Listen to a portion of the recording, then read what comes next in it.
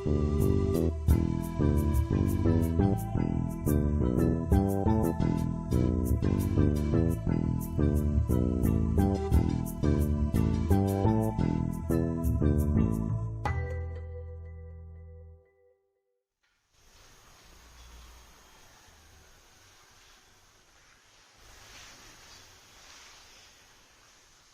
today we're going to be continuing the series of questions and answers. This is Majjhima Nikāya 44, the shorter series of questions and answers. Thus have I heard on one occasion the Blessed One was living at Rajagaha in the bamboo grove, the squirrel's sanctuary. Then the lay follower Vesaka went to the Bhikkhuni Dhammadinna. So the Bhikkhuni Dhammadinna was an Arahant, and Vesaka was an Anagami. Dhammadinna was Vesaka's former wife before she became a Bhikkhuni. And the story goes is that Vesaka had gone to visit the Buddha, and he was gone all night listening to the Buddha's discourse. And as he was listening to it, he became an Anagami. Next morning he came back home, and he was very silent, very radiant, happy, relaxed. Didn't say a word. And his wife thought, what's going on? And then when they were ready to go to sleep together, he decided to sleep on the floor. Didn't want to sleep with her in the same bed. And she thought, this is strange. Maybe I did something to bother him or upset him. The next morning she asked what happened, and he says that he's let go of all craving, all lust, everything is gone after listening to the Buddha's discourse. So she said, oh, that's interesting. I'd like to check out the Buddha's discourse. So she went there and listened to the Buddha and was inspired to become a bhikkhuni. And Vesaka was quite happy about this. And then she became an Arahant. So now here is Vesaka coming to Dhammadinna, asking her questions. And after paying homage to her, he sat down at one side and asked her, Lady, identity is said. What is called identity by the Blessed One? Friend Vesaka, these 5 aggregates affected by clinging are called identity by the Blessed One.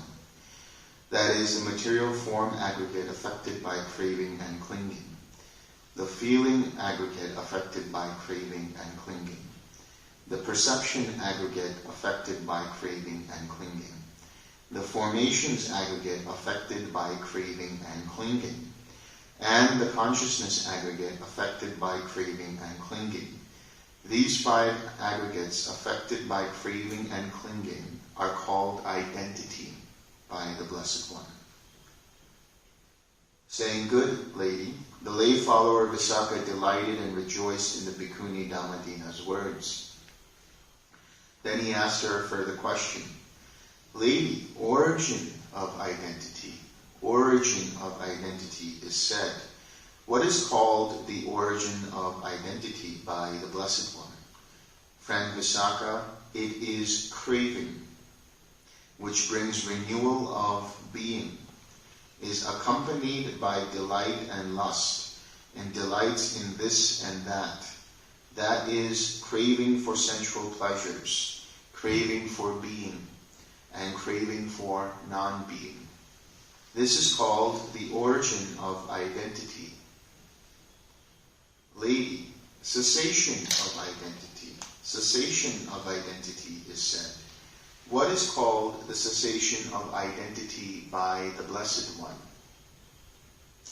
Friend Vesaka, it is the remainderless fading away and ceasing, the giving up, relinquishing, letting go, and rejecting of that same craving. This is called the cessation of identity by the Blessed One. Lady, the way leading to the cessation of identity, the way leading to the cessation of identity is said. What is called the way leading to the cessation of identity by the Blessed One? Friend Vesaka, it is just this noble Eightfold Path. That is, right view, right intention, right speech, right action, right livelihood, right effort, right mindfulness, and right concentration. So we're going through the Four Noble Truths again, and we're applying it to understanding how identity arises. Identity is said to be when the mind takes personal any of the five aggregates, sees the body as self, sees feeling, experience as self, sees perception as self, sees intentions as self, or sees awareness as self. And that seeing it as self, that personalizing it, taking it personally, is that craving which leads to renewal of being, renewal of habitual tendencies, renewal of existence, of identity concretized into the sense of self. So that is the origin of identity, identification with the five aggregates. The cessation of identity is to let go of that identification, noticing it, using the Eightfold Path. How do you use the Eightfold Path? How do you apply the Eightfold Path? 6 eyes. 6 eyes. You guys are learning. Good.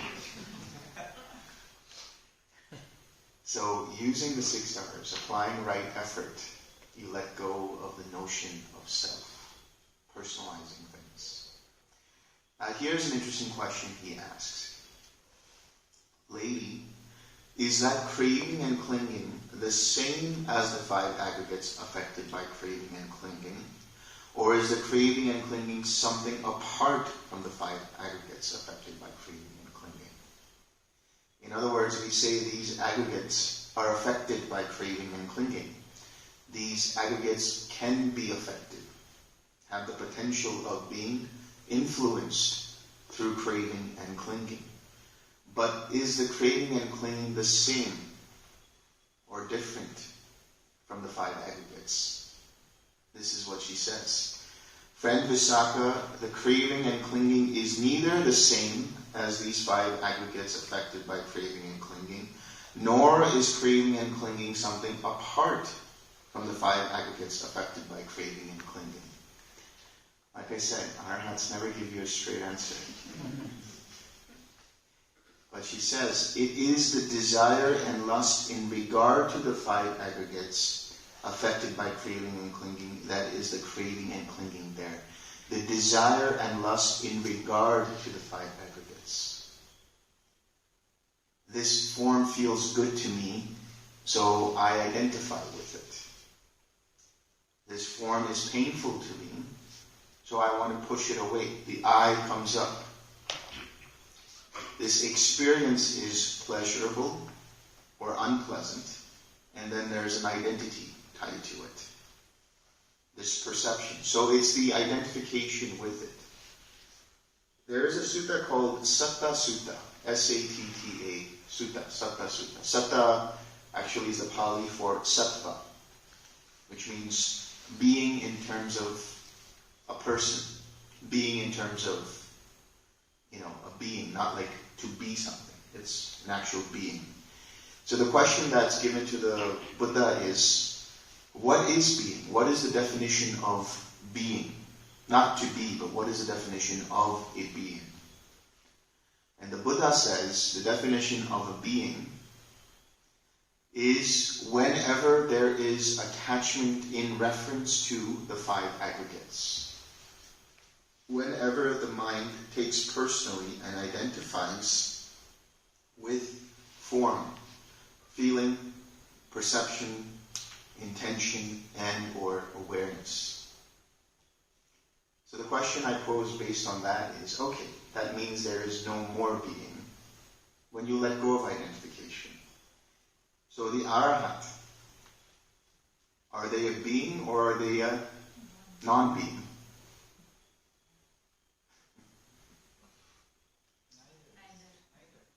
Did you say neither? Then what are they? Because this question assumes a self. Right. The Arahant realizes that there was no self to begin with. So the mind doesn't land on being or being a non-being. Lady, how does identity view come to be? So this is Sakaya Ditti. How does the sense of self view come to be? How does the belief in a personal self come to be? How does the intellectual attachment to the I, me, myself come to be?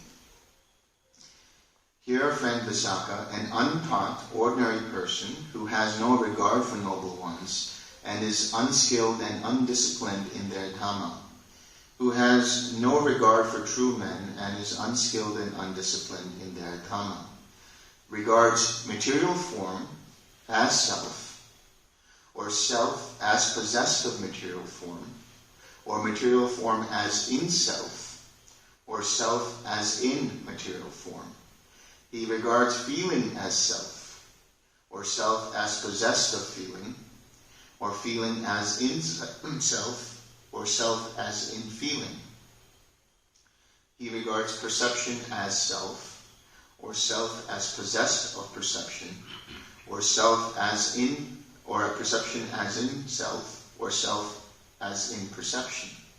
He regards formations as self, or self as possessed of formations, or formations as in self, or self as in formations.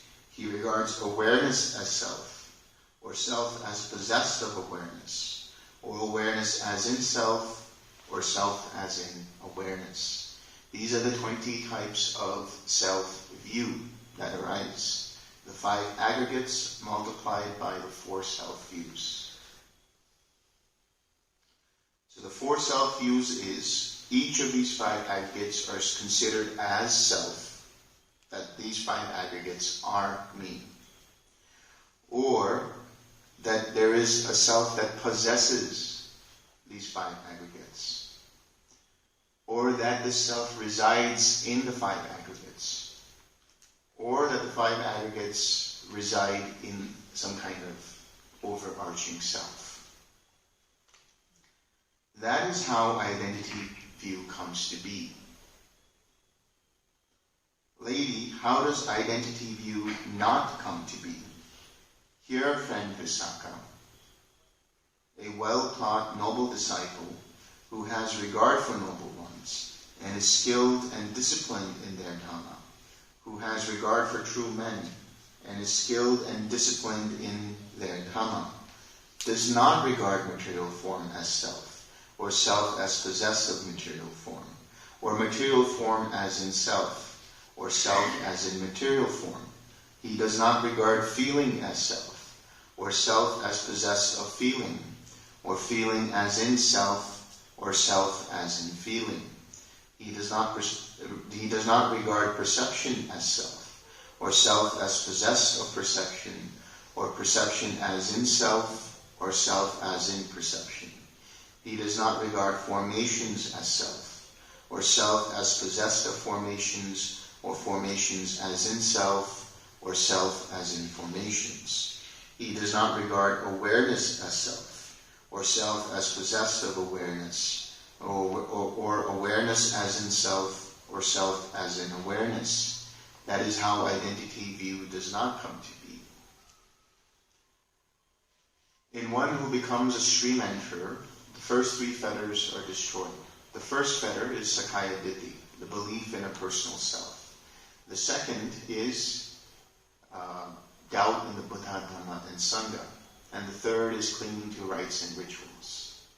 The first one, this is what we're talking about, Sakaya Ditti. When one becomes a stream enterer, they understand on a mental level, through some level of experience of seeing things as they are, and detaching from the self-concept, that indeed none of these 5 aggregates can be considered to be self. They see things as impersonal. That doesn't mean that they don't stop identifying, because there can be a point where they do identify. But in that process of identifying, they can recognize, oh, I'm identifying, and start letting go. That identification process, that deeper rooted identification process, is conceit, the mana, that is eradicated when you attain arahantship. Lady, what is the Noble Eightfold Path? Friend Vesaka, it is just this Noble Eightfold Path, that is, right view, right intention, right speech, right action, right livelihood, right effort, right mindfulness, and right concentration. So we know what this is. Right view is, there's the mundane right view and the super-mundane right view. The mundane right view understands action and consequence. That's the heart of that. The super-mundane right view is completely understanding and experiencing the Four Noble Truths. Right intention is threefold. Renunciation, letting go of taking things personally, letting go of identifying with things. Non-ill will, facilitated through the cultivation of loving kindness. And non-cruelty, facilitated through the process of cultivating compassion.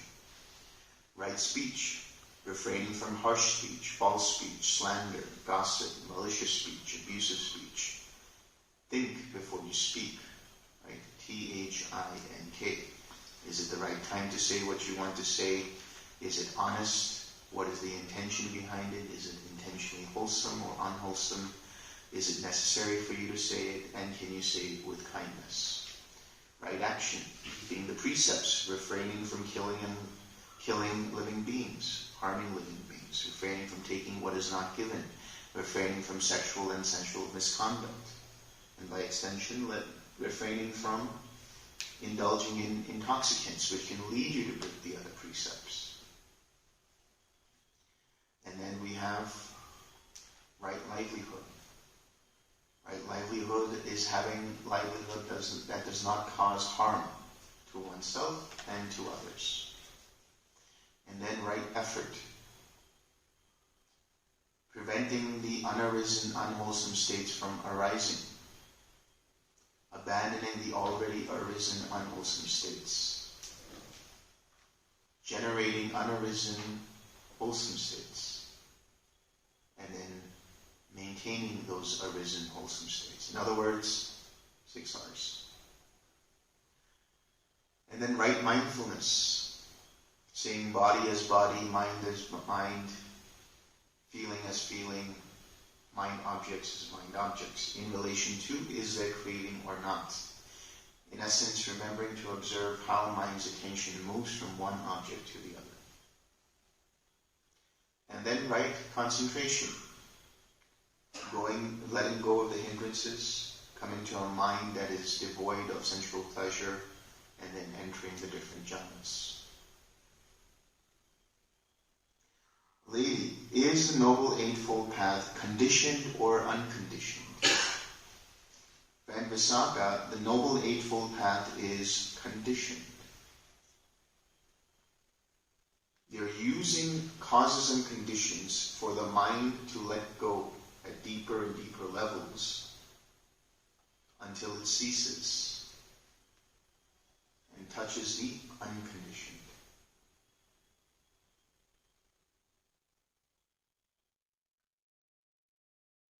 Lady, are the 3 aggregates included by the Noble Eightfold Path, or is the Noble Eightfold Path included by the 3 aggregates? Here, when they say 3 aggregates, they're not talking about 3 of the 5 aggregates. They're talking about the 3 categories: Sila, Samadhi, and Panya. The 3 aggregates are not included by the Noble Eightfold Path, friend Vesaka. But the Noble Eightfold Path is included by the 3 aggregates: right speech, right action, right livelihood. These are included in the aggregate of virtue, Shila. Right effort, right mindfulness, and right concentration. These states are included in the aggregate of concentration, Samadhi. And we'll see more about how that happens. Right view and right intention. These states are included in the aggregate of wisdom, Panya. Lady, what is concentration? What is Samadhi? Right? What is the basis of Samadhi? What is the equipment of Samadhi? What is the development of Samadhi? So the first question is, what is Samadhi? Unification of mind, friend Vesaka, is Samadhi, Ekangata. An attention that is non-dispersed. A mind that is not refracted. A mind that stays with its object of meditation is Samadhi, being collected. What is the basis of Samadhi? The four foundations of mindfulness are the basis of Samadhi.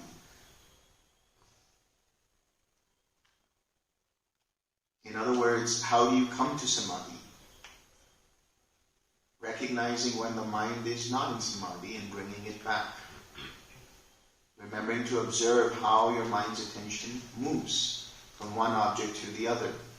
Right mindfulness is the basis of Samadhi. So what is the equipment of Samadhi? What are the tools used to gain Samadhi? The four right efforts are the tools for Samadhi, are the equipment of Samadhi. So how do you get into Samadhi? Recognizing your mind is distracted, releasing your attention from that distraction, relaxing the mind's tension and tightness, the craving in the mind and body. Coming back to the smile, generating a wholesome state, and then returning back to an object of meditation. This is the 6 R's, the 4 right efforts. What is the development of Samadhi? How do you continue to develop Samadhi? The continual repetition, development, and cultivation of these states is the development of Samadhi therein. Right effort, the 6 R's, to regain your mindfulness, which leads to collectedness, is the development of Samadhi. When you let go, when your mind doesn't become collected anymore, becomes distracted, come back to right effort. Use the 6 R's, regain your mindfulness, deepen your awareness, come back to Samadhi. When you get distracted again, do the same process. The cultivation, repetition of these states, the 6 R's, mindfulness, observation, and collectedness, is the development of Samadhi. Every time you are not in Jhana, to bring back your mind in Jhana, 6 R. Regain your mindfulness, and then develop collectedness. Lady, how many formations are there? How many types of samskaras are there? How many categories of sankharas are there? There are these 3 formations, friend Vesaka. The bodily formation, the verbal formation, and the mental formation. But lady, what is the bodily formation? What is the verbal formation? What is the mental formation? In-breathing and out-breathing, inhalation and exhalation, friend, are the bodily formation. Applied thought and sustained thought are the verbal formation. Perception and feeling are the mental formation.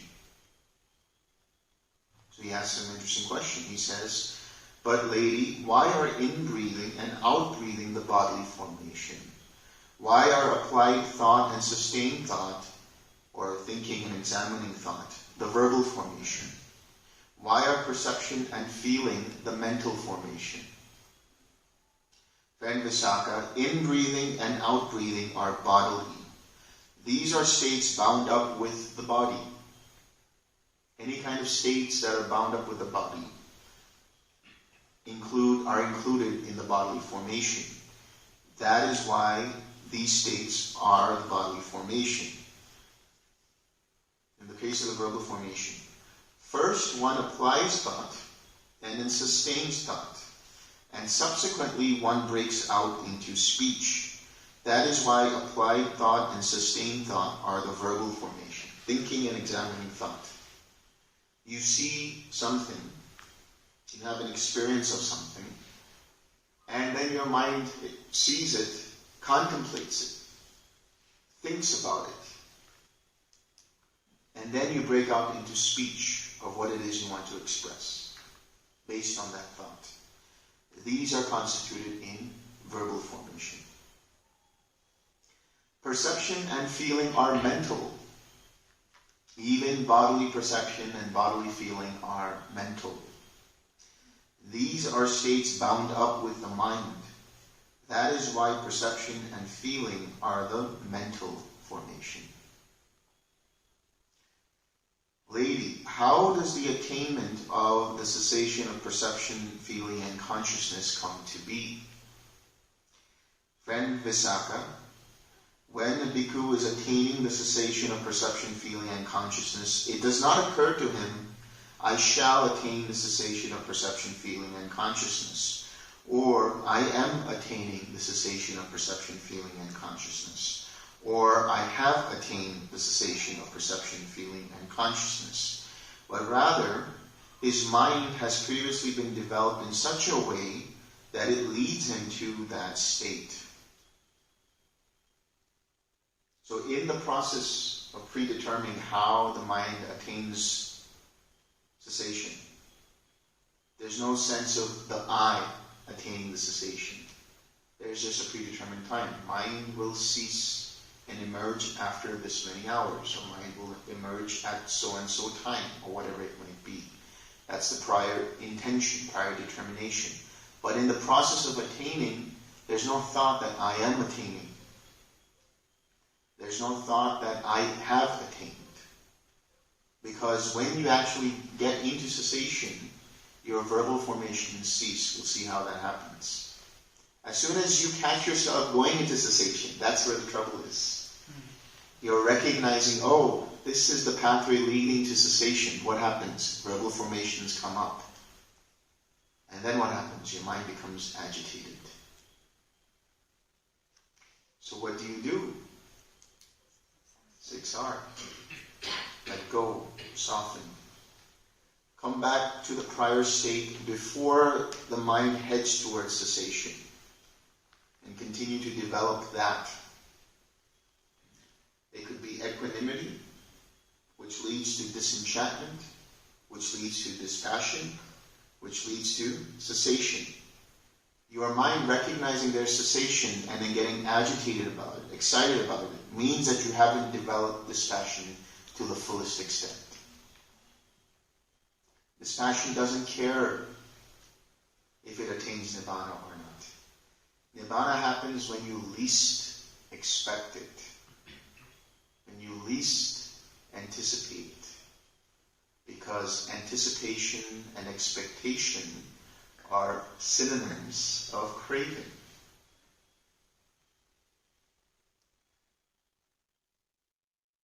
So recognizing you're about to get into cessation, or the fear that arises in taking that plunge, means there's not enough dispassion. Take a step backward. Come back to the dispassion. Continue to cultivate it. Let go of any expectations and don't do anything. And then when you least expect it, cessation.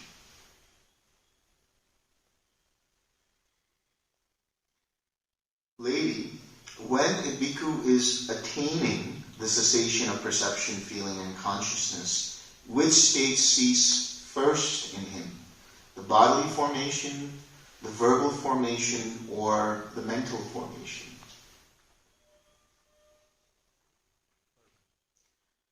Friend Vesaka, when a bhikkhu is attaining the cessation of perception, feeling, and consciousness, first the verbal formation ceases, then the bodily formation ceases, then the mental formation ceases. Why is this?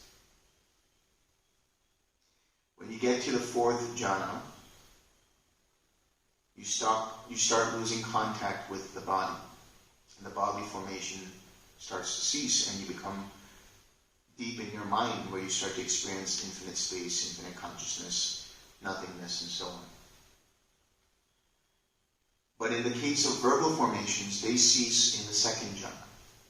So first the verbal formation ceases, right? Because you let go of the thinking and examining thought. The thoughts in the background have nothing to do with thinking and examining thought. The thoughts in the background are just feeling. But the prior determination through bringing up a feeling, using imagery, those kinds of things, those cease in the second jhana. So verbal formations cease in the second jhana. The bodily formations cease in the fourth jhana. And then the cessation of perception, feeling, and consciousness means all mental formations cease. Because all feeling and perception ceases. All mental feeling and perception also ceases.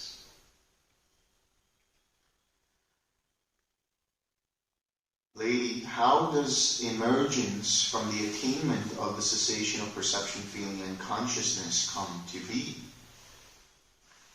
Friend Vesaka, when a bhikkhu is emerging from the attainment of the cessation of perception, feeling, and consciousness, it does not occur to him, I shall emerge from the attainment of the cessation of perception, feeling, and consciousness. Or, I am emerging from the attainment of the cessation of perception, feeling, and consciousness. Or, I have emerged from the attainment of the cessation of perception, feeling, and consciousness. But rather, his mind has been previously developed in such a way that it leads into that state, prior determination of when mind will come out. But the thought that I am arising, that personalizing of it, does not come up. There's a knowing, mind has come out. And there's a big knowing that mind has come out because of what happens when mind comes out of cessation. Lady, when a bhikkhu is emerging from the attainment of the cessation of perception, feeling, and consciousness, which states arise in him first? The bodily formation, the verbal formation, or the mental formation?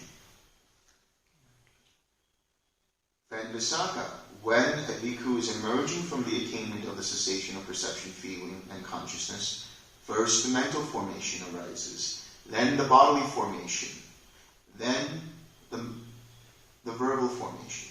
Why is that? Because you experience mental feeling after making contact with Nibbana, which is what we're going to talk about now. And you experience joy and relief. That's the mental formation arising. And you feel it, the energy in your body, the bodily formation arises. And then you say, oh wow, what was that? And that's the verbal formation.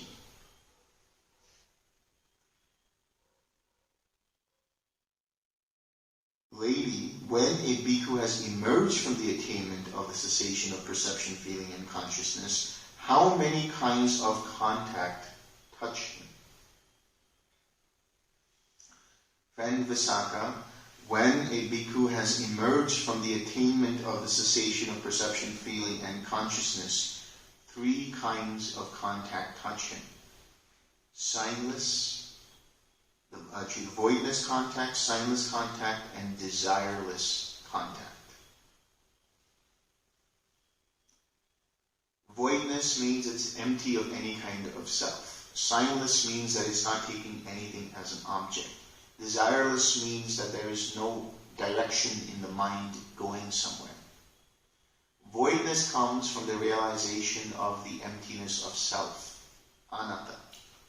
Signlessness comes from the realization of the impermanence of things, anicca. And desirelessness or undirected mind comes from the realization of dukkha. That any kind of direction somewhere will lead to dukkha. So the prior experience of this happens in infinite consciousness. You start to see the impermanent nature of consciousness, and it becomes tiresome, therefore you see dukkha, and then you realize there's no controller here, and you understand anatta. These three allow you then to experience Nibbana. So this contact that they're talking about, contact that is void or empty, contact that is signless, contact that is desireless, this is contact with the Nibbana element. When contact arises, what arises in dependence on contact? Feeling. Right? So when the contact with Nibbana element happens, what happens next? There is a feeling of joy and relief that is felt. There's a feeling of energy, a feeling of clarity. First time this happens, there's a lot of joy that comes up, a lot of energy. People can't sleep. And the joy lasts for a day, maybe a couple of days. And this is the feeling that's being experienced. So don't mistake the feeling of joy to be Nibbana. It is conditioned by the experience of Nibbana, by contact with Nibbana. But the contact with Nibbana itself is unconditioned.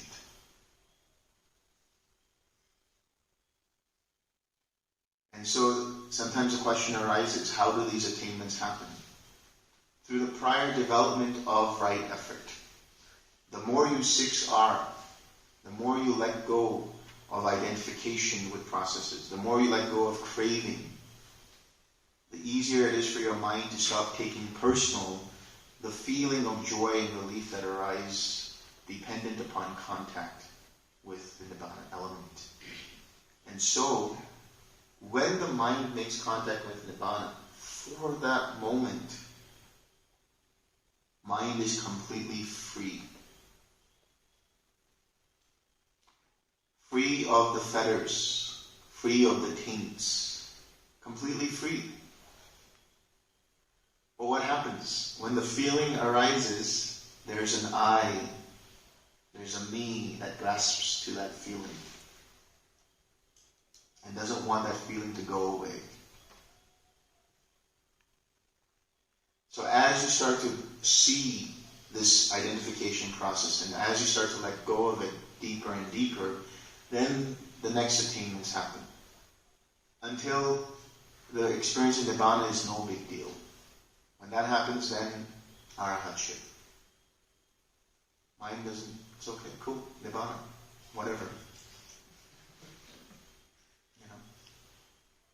But because the mind is always looking for it, there can still be the fetters, there can still be the taints.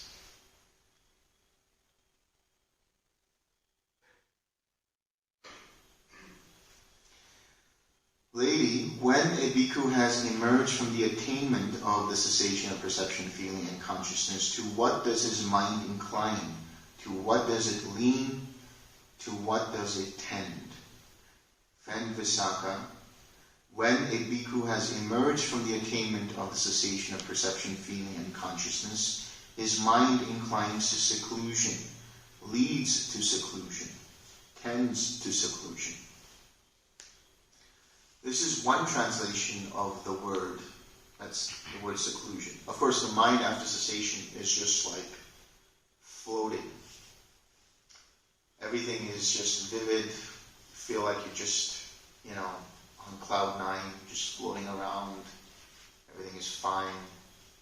Not really talking to people. Don't care about people. Don't care about anything. Just want to be in there. That's one kind of seclusion. But there's something else which this word seclusion is translated from. That is viveka. Vivek. Discernment. How do you discern? What are you discerning? You are seeing the links of dependent origination. and realizing for yourself how everything arises dependent upon impersonal causes and conditions. That's what your mind tends to. Seeing the links of dependent origination. Why? Because when your mind makes contact with Nibbana, it's unconditioned, that contact. But depending upon that contact, there is feeling and perception. So there is the arising of the links of dependent origination based on that contact. If the mind clings to that feeling, ignorance continues again. Fettered formations arise again. Tainted consciousness arises again. And one sees the links of dependent origination in that way. If there's no clinging at all, this is why the Sutta says, through not clinging, his mind was liberated. If there's no clinging, then it will just be seen as it is. No ignorance comes, no fettered formations arise, pure formations, dependent upon that contact arise, pure consciousness arises, and the rest of the series, until feeling. No craving, no clinging, no becoming, no birth of action, no whole mass of suffering arises. Lady, how many kinds of feeling are there? How many kinds of Vedana are there? Friend Vesaka, there are 3 kinds of feeling. Pleasant feeling, painful feeling, and neither painful nor pleasant feeling. But lady, what is pleasant feeling? What is painful feeling? What is neither painful nor pleasant feeling? Friend Vesaka, whatever is felt bodily or mentally as pleasant and soothing is pleasant feeling. Whatever is felt bodily or mentally as painful and hurting is painful feeling. Whatever is felt bodily or mentally as neither soothing nor hurting is neither painful nor pleasant feeling. Lady, what is pleasant and what is painful in regard to pleasant feeling? That's an interesting question. What is pleasant and what is painful in regard to pleasant feeling? What is painful and what is pleasant in regard to painful feeling? What is pleasant and what is painful in regard to neither painful nor pleasant feeling? Friend Vesaka, pleasant feeling is pleasant when it persists, and painful when it changes. Painful feeling is painful when it persists, and pleasant when it changes. Neither painful nor pleasant feeling is pleasant when there is knowledge of it. You're paying attention to that feeling, even if it's neutral feeling, meaning there's complete mindfulness. And painful when there is no knowledge of it, lack of mindfulness. When there's a lack of awareness of it, there can arise the tendency of conceit, the tendency of craving, and so on and so forth, the tendency of identifying with that feeling. Lady, what underlying tendency underlies pleasant feeling? What underlying tendency underlies painful feeling? What underlying tendency underlies neither painful nor pleasant feeling? Friend Vesaka, the underlying tendency to lust underlies pleasant feeling.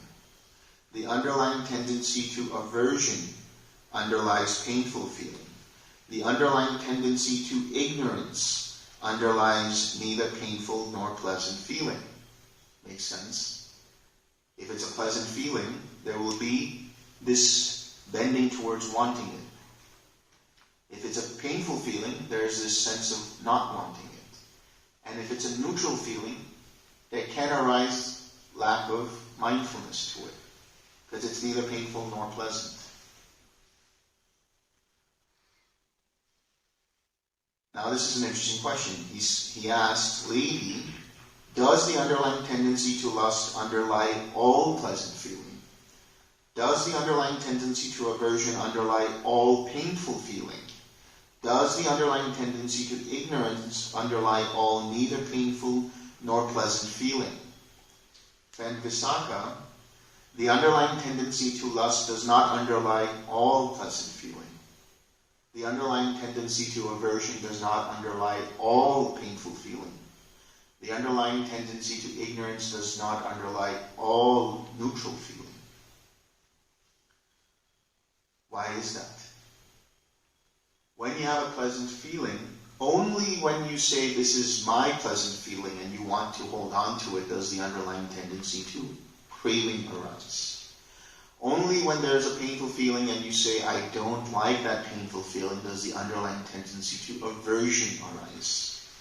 Only when there is a neutral feeling and you start identifying, or you don't even notice that feeling because there's lack of mindfulness, does the underlying tendency to ignorance arise.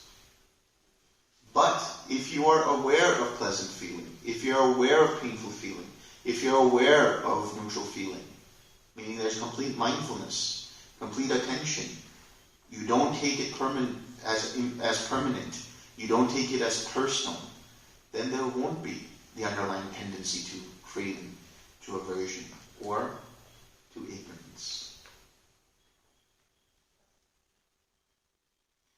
Lady, what should be abandoned in regard to pleasant feeling? What should be abandoned in regard to painful feeling? What should be abandoned in regard to neither painful nor pleasant feeling? Friend Vesaka, the underlying tendency to lust.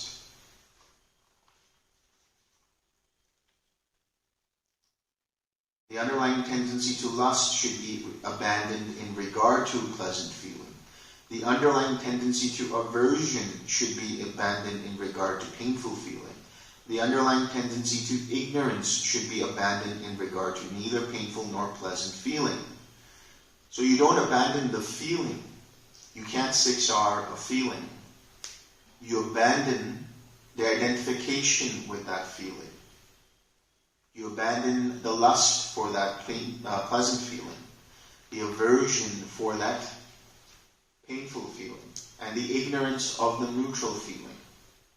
You abandon the lack of mindfulness, bring up more attention, understand it to be dependently arisen, let go of identifying with it because it is dependently arisen, therefore impermanent, therefore liable to cause suffering, therefore not to be seen as me, mine, or myself.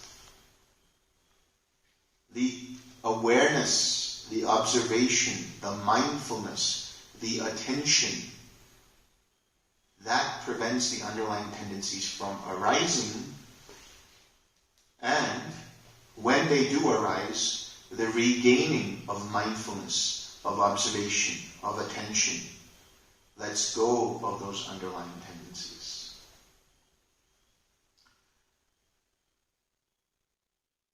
Now here's the other question.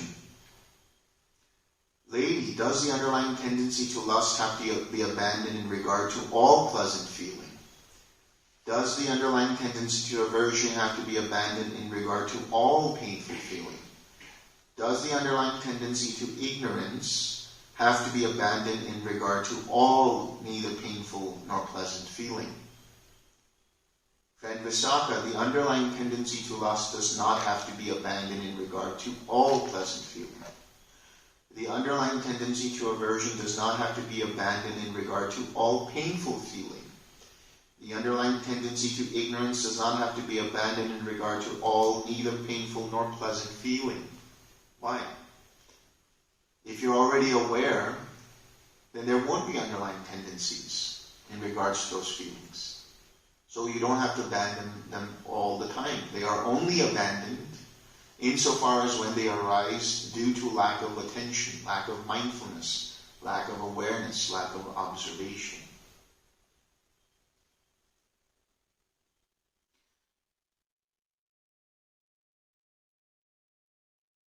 Now here's a deeper explanation of that. Here, friend Vesaka, quite secluded from sensual pleasures, secluded from unwholesome states, a bhikkhu enters upon and abides in the first jhana, which is accompanied by applied and sustained thought, with rapture and pleasure born of seclusion. With that, he abandons lust, and the underlying tendency to lust does not underlie that. Here, a bhikkhu considers thus: when shall I enter upon and abide in that base that the noble ones now enter upon and abide in one who thus generates a longing for the supreme liberation? A longing here is chanda, wholesome inclination. Grief arises with that longing as condition. Grief in the sense of samvega, the desire for liberation. With that, he abandons aversion, and the underlying tendency to aversion does not underlie that. Here, with the abandoning of pleasure and pain, and with the disappearance of joy and grief, a bhikkhu enters upon and abides in the fourth jhana, which has neither pain nor pleasure, and purity of mindfulness due to equanimity. Fourth jhana. With that, he abandons ignorance, and the underlying tendency to ignorance does not underlie that. So the first jhana allows you to let go of lust and the underlying tendency to lust. The chanda towards liberation allows you to let go of identifying the painful feeling and the underlying tendency to aversion. And then the fourth jhana, there's neutrality there, complete awareness there, strong mindfulness. So no underlying tendency to ignorance can arise. Technically speaking, none of the underlying tendencies would be present if you are in jhana in the right way. That is to say, you have metacognition. You understand that jhana to be impermanent and conditioned. Therefore, you don't take it personally. So there won't be any arising of aversion, craving, ignorance, doubt, views, conceit, or the desire for being. Will you say again how the chanda brings about the release of aversion? So I'll read that again. Here, a bhikkhu considers thus: when shall I enter upon and abide in that base that the noble ones now enter upon and abide in one who thus generates a longing for the supreme liberation, grief arises with that longing as condition. With that, he abandons aversion, and the underlying tendency to aversion does not underlie that. So, when there is the chanda for liberation, the mind does not take that painful feeling, or even the pleasant feeling, as personal. It lets go of the attachment to anything. All it's looking for is Nibbana. All its mind is inclined to is Nibbana. Which means it's not going to try to explore how did this painful feeling arise. It's not going to try to explore and see what is happening in regards to this painful feeling. It will only seek any identification process that's going there and then letting go of that.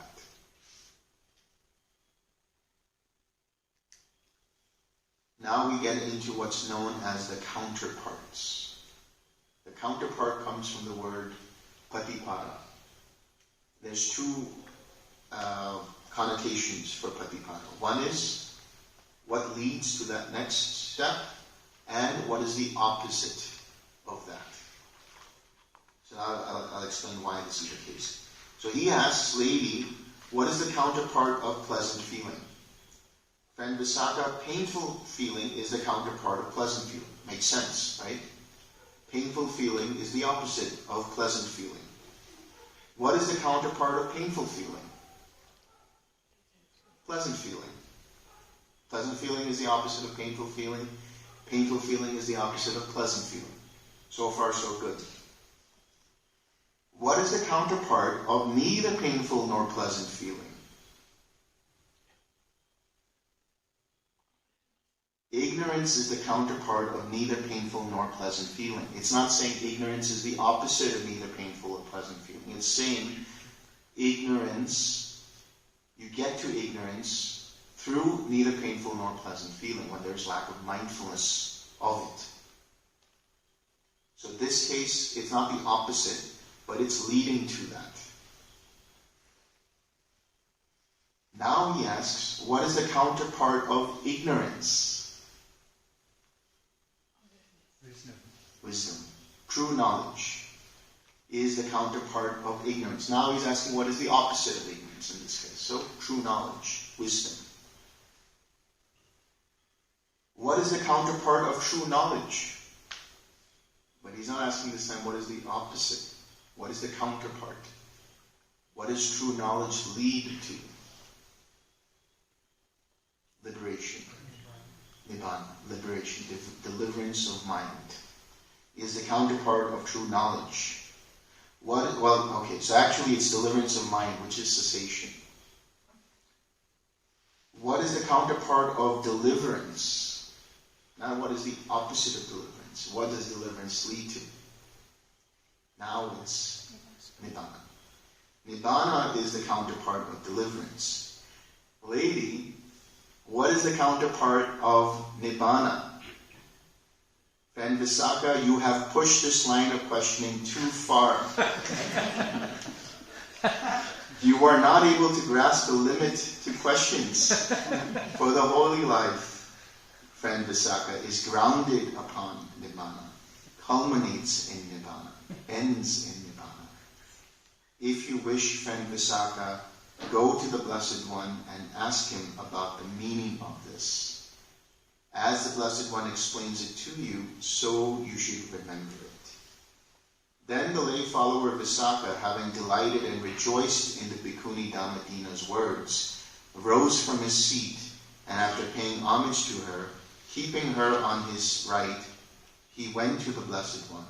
After paying homage to him, he sat down at one side and told the Blessed One his entire conversation with the Bhikkhuni Dhammadina. When he finished speaking, the Blessed One told him, the Bhikkhuni Dhammadina is wise, Vesaka. The Bhikkhuni Dhammadina has great wisdom. If you had asked me the meaning of this, I would have explained it to you in the same way that the Bhikkhuni Dhammadina has explained it. Such is its meaning, and so you should remember it.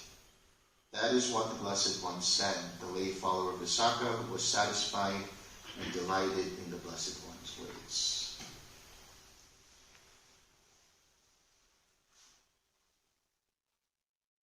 I'm going to read just a small section, if I can find it.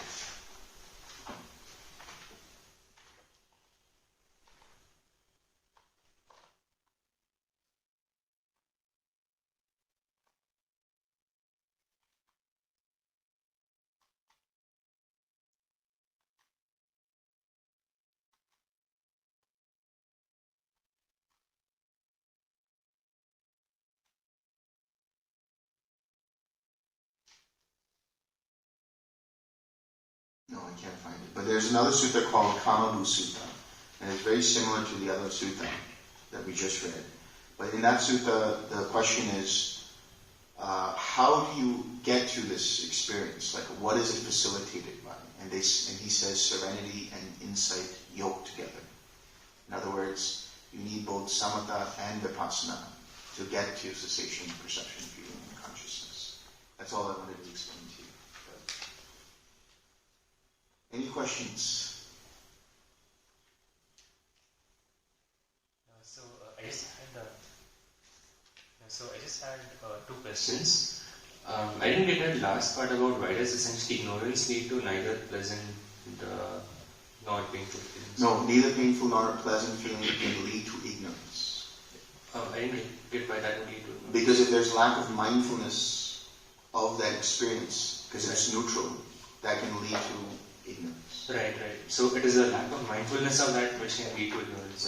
Right. Not the presence of it itself. Right. But because if there is a neutral feeling, that is conditioned where the mind is not aware of can lead to ignorance. Right, got it, understood. The other question I had was that after we finish the retreat, when we go back, what is the right mix of meditation relaxation techniques which we should use, because I'm assuming that as life restarts, I'm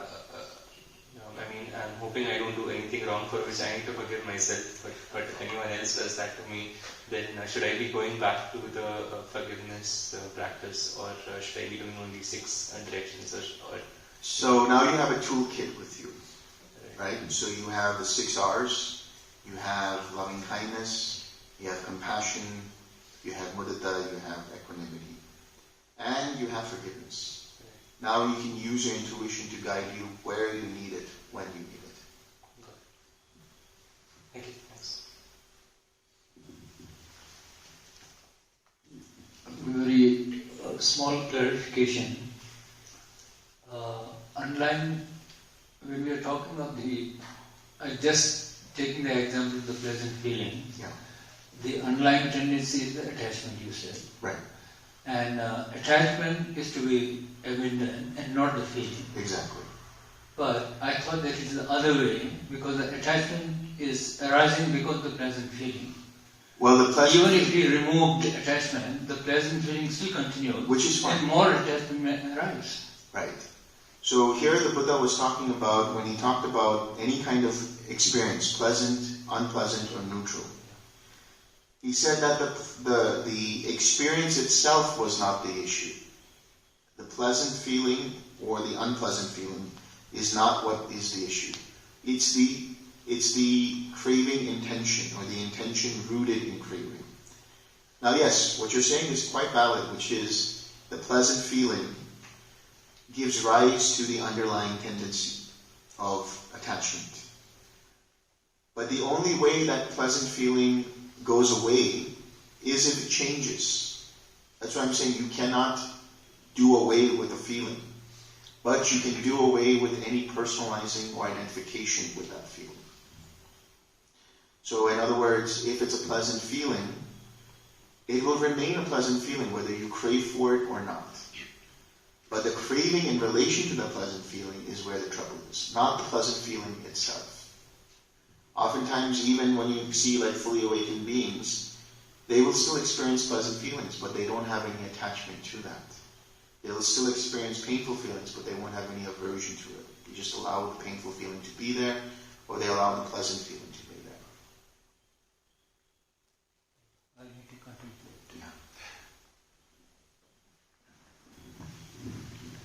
Yeah. On a regular basis of the retreat, what would be the ideal time for sitting daily? I would say if you can sit for at least 1 hour a day, that should be sufficient. And if you can take once a week or once every 2 weeks, where you're doing like a self-retreat, you switch off your phone, no social media, just sort of like what you're doing here, for once every 2 weeks, let's say. For how many hours? And then in that time span, 3, 4, 5, 6, 8 hours, as much as you can. See, the practice has a cumulative effect. The more you do it, it builds a momentum, which then leads to deeper and deeper experiences and insights. I think there was a question behind it. Will you please share some definitions for yourself just in life? Can you share the difference between joy and happiness? Oh, yeah. So now there are different kinds of joy and there are different kinds of happiness. Right? There are levels to it. There are layers to it.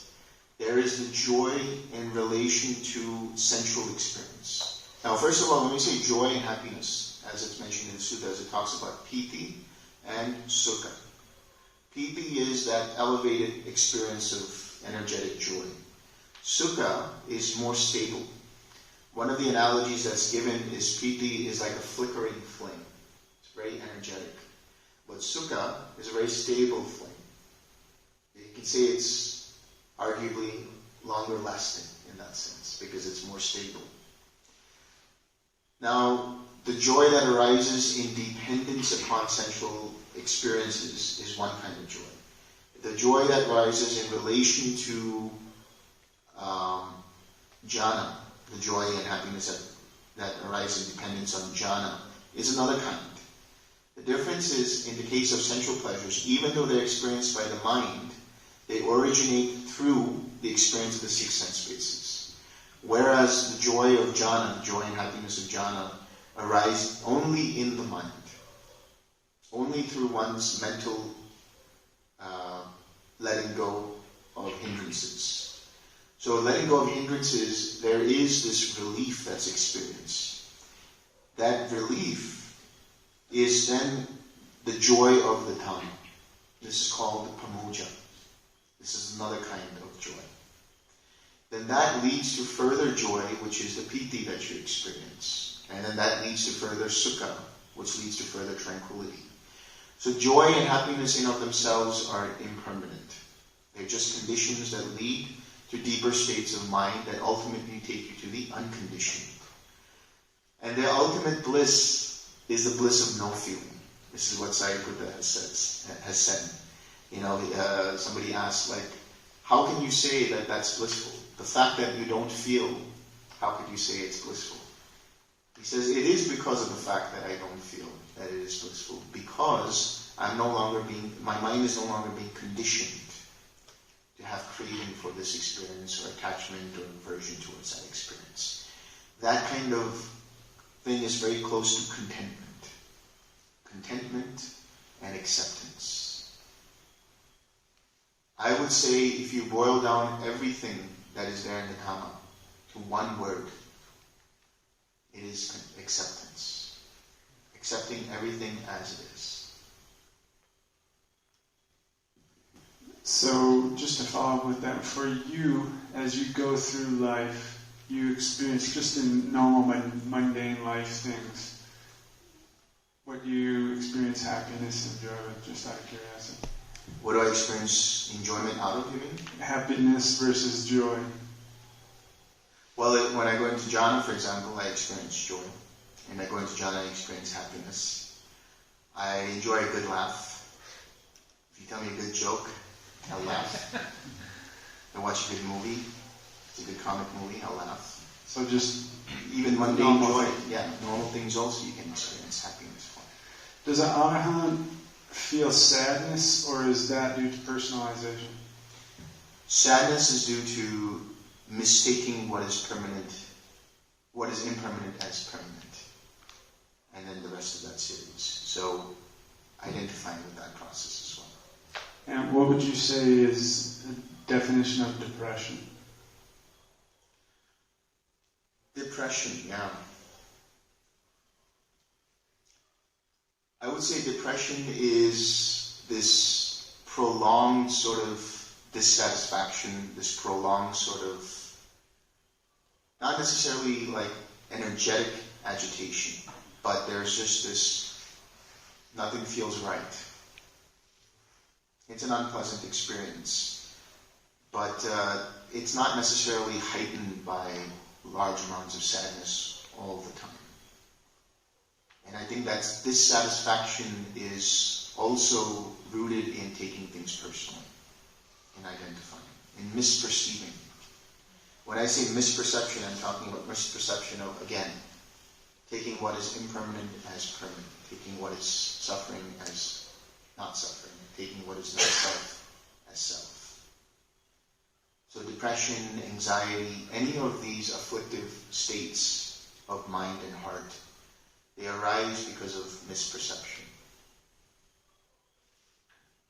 And then finally, can you share, when we're speaking with other people, as we were talking about yesterday, for example, someone says, hey, I'm interested in, how do you define meditation in an easy way for a non-meditator to understand, and also then share a little bit of the path or about what is possible or something in terms that people will understand coming off the street? Yeah. So I would help people define meditation to somebody who's just starting out is basically, what if you could have a mind that is never distracted? Or a mind that is all the time never distracted, or almost all the time never distracted. And in terms of the practice explaining, what if you could feel contentment? What if you could feel happiness without an external cause for that happiness?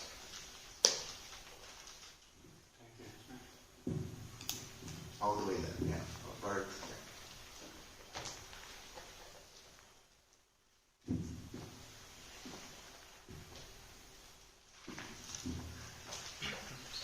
Just to touch on something that Samuel was asking about, depression.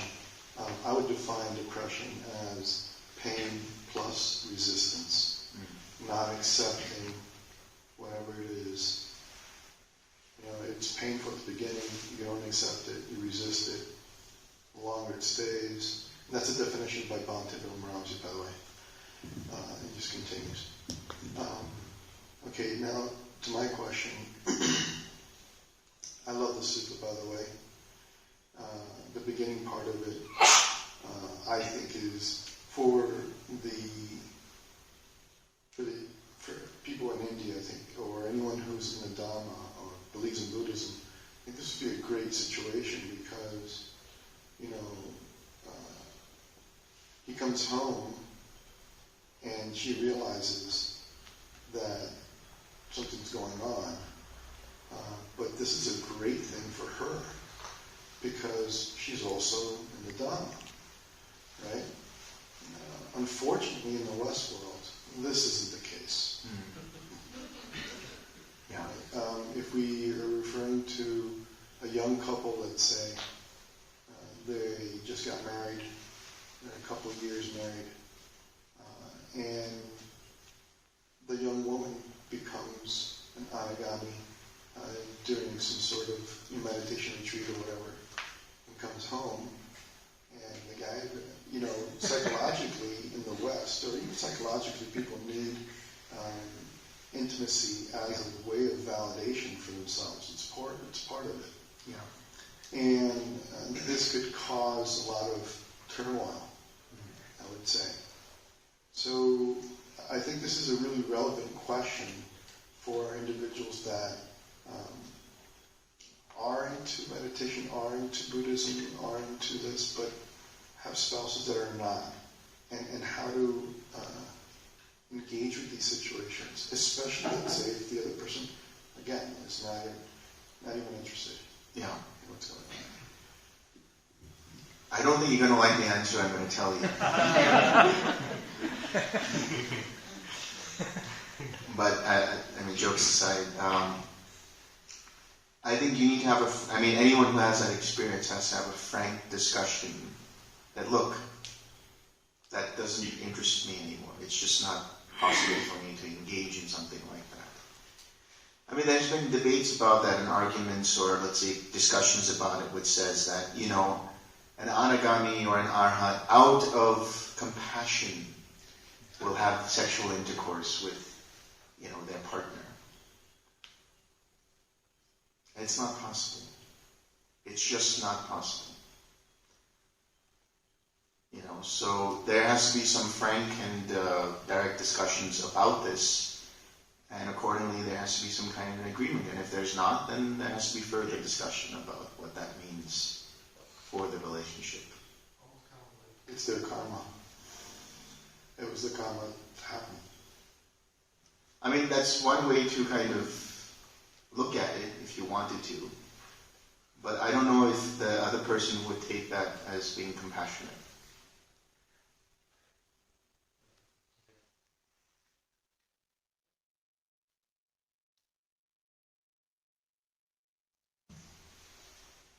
Just a small one, since a very concise definition from two ends for the depression. Can you also please give a very concise suggestion to someone who is struggling with this problem? What advice, in brief? I'm not... Yeah. Come to Deerpark. This is what I was told. As my friend mentioned, yeah. Depression is pain plus resistance. Yes. I think the resistance is a very important part of it. Yes. So coming to Deerpark would have resistance. In that sense, to other suggestions also. So, you know, with someone who has depression, you can only be supportive to them. You can't take them out of that depression. You can give them all the kinds of advice and all kinds of things to say, hey, you know, come out of it, cheer up, do things, do that. But you can only be supportive. And that support is only being there for them, being respectful of their space, being silent, just being there, just being a presence.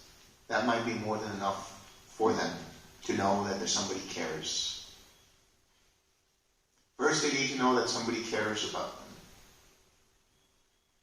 And that there's somebody that they can go to discuss anything. And that they know that that person will not judge them for whatever it is that they say, even judge them for that depression. That would be the first step. And then bit by bit, they start opening up.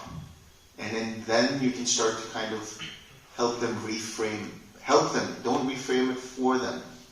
Help them through their own processing.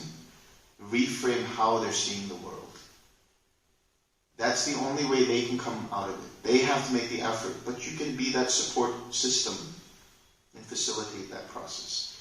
But in the beginning, it starts with just being a mere presence and saying, hey, I'm there for you.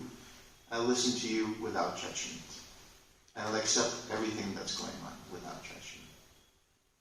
If I could also add something. Depression is also a story that someone's telling themselves. And they have to want to let go of that story in order for change to happen. And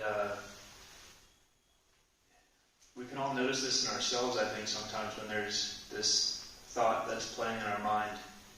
And at first we're kind of indulging in it, even though it brings us a lot of pain. We just continue to think this thought and tell ourselves this story.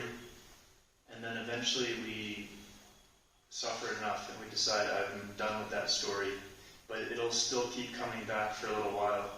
It's just you kind of reach that point of, like Delson was saying, someone gives you your third portion of your favorite meal. But in this case, you know, maybe it's a disgusting meal, but you're just kind of you have revulsion for the thought. And then that's when the change will occur and the thought will stop coming up eventually. So the thing about depression is it works at the level of stories, which is different than the level of insights, meditative insights. So you can't necessarily meditate your way out of depression. Cognitive behavioral therapy is pretty helpful for depression because if you think about you're trapped in this room and cognitive behavioral therapy is rearranging the furniture and meditation is trying to get out of the room. But sometimes there's furniture blocking the door, like if someone has depression. So they need to first rearrange their furniture at the level of stories and kind of working with cognitive behavioral therapy, and then they can get out of the room once things are kind of back to normal with meditation. I just had one or two things to add. Would you say some of the TWIM practice is also kind of like cognitive behavioral therapy? Yeah, It's you're reprogramming the way the mind thinks and works. I would go as far as to say that the Dhamma itself is a form of CBT.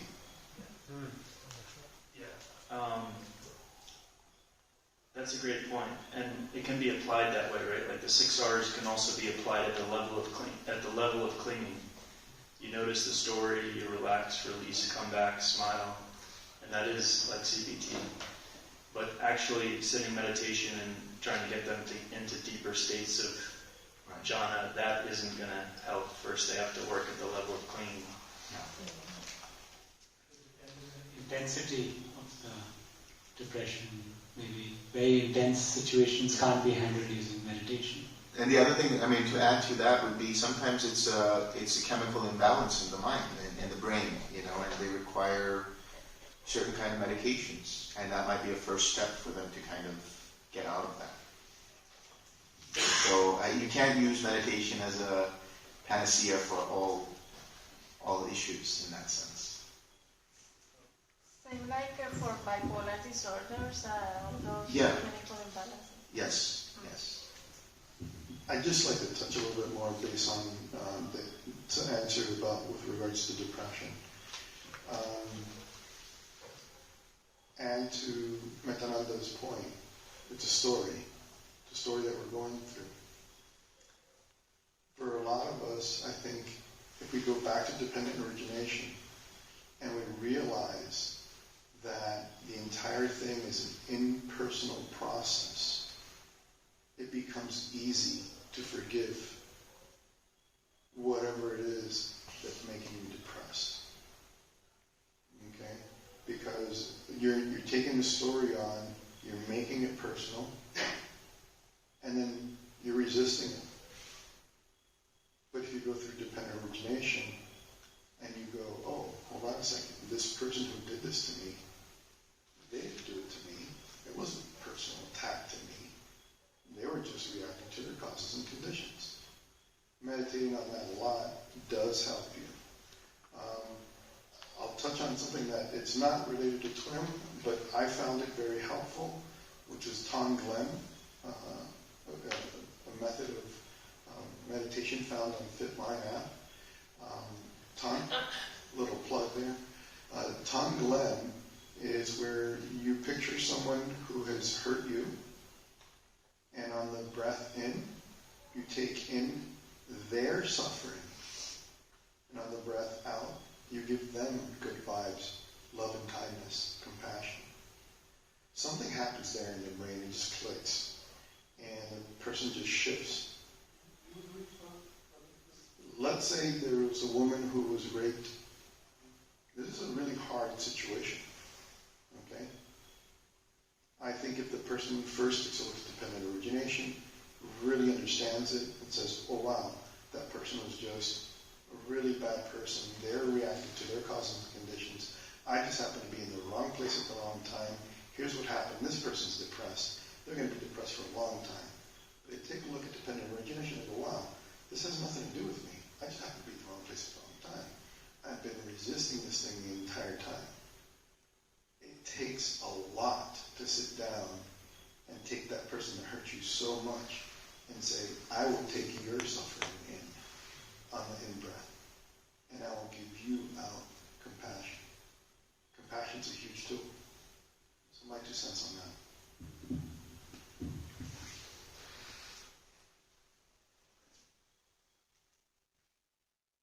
So this is a bit of a devil's advocate question. We're in the same topic of depression. So can meditation lead to depression? Yes. Oh yes. Depends on what kind of meditation you're doing. Right. And if so, why?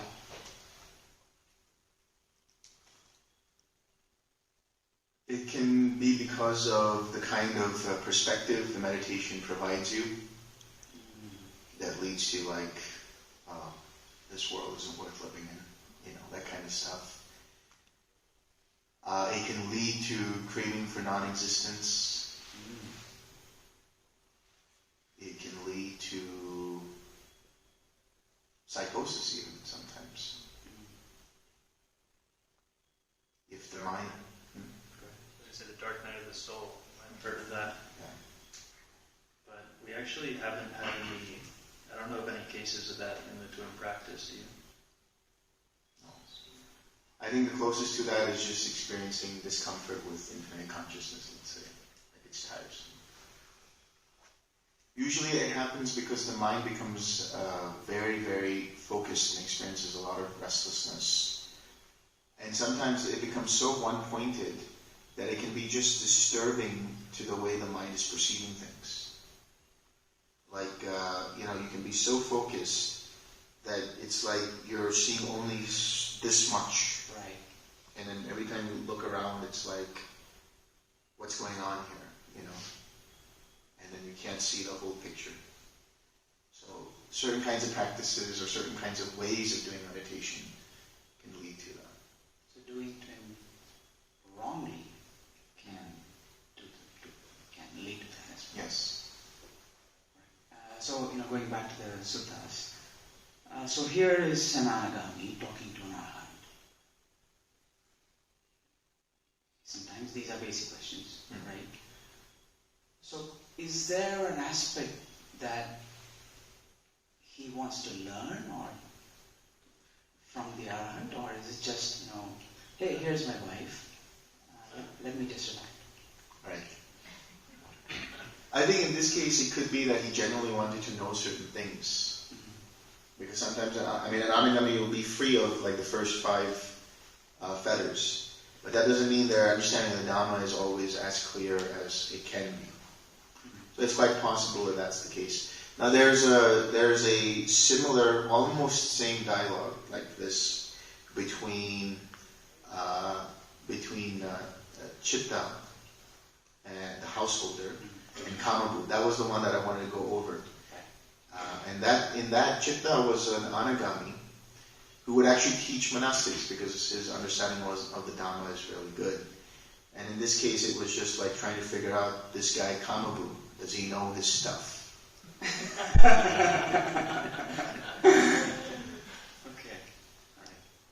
All right. So this is a simple observation. You said that not being aware of the neutral feeling can lead to ignorance. Or am I putting it wrongly? Right. Lack of mindfulness, not being aware, right? Lack of attention. So is it like boredom? Yes. Boredom and indifference. Mm-hmm. So here I am sitting, nothing much is happening. Yes. Yeah, let me do something. Yes. Okay. And that's why I keep saying, don't do anything. So the third question I have is, can you expound on clinging to rites and rituals, rules and regulations? Like there's a spectrum, I suppose. Yeah. So the very basic understanding is clinging to rites and rituals with the idea that they will take you to Nibbana. Clinging to certain kinds of ideas that, if I only do this is going to take me to Nibbana. If I only do that, setting up conditions in your mind that if only this was not here, or if only I had done it this way, these kinds of things can also happen. Clinging to rites and rituals can also mean clinging to a certain kind of routine. If I don't do this routine this certain way, my mind gets disturbed. Another kind of clinging to rites and rituals is, seeking out through prayers that, this be changed, or, so that's in direct violation of the Dhamma in terms of your karma. So it's like, or things like believing in luck. That's right. If I have my lucky sock, or if I have this gem, or if I wear this, or if I wear that, this is going to make everything okay for me.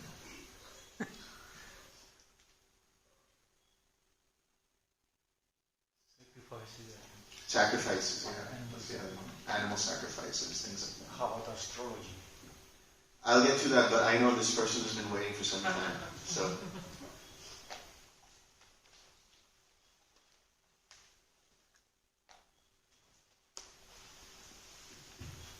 So one of the things which I wanted to ask was that that essentially post retreat, like one of the things which you've been doing during the retreat to us on a daily basis is that you've been seeing how we've been doing and you've been tuning the technique that we do. So what is going to be the replacement for this post retreat? Like, is there any guidelines you would have about how we should tweak or tune our practice?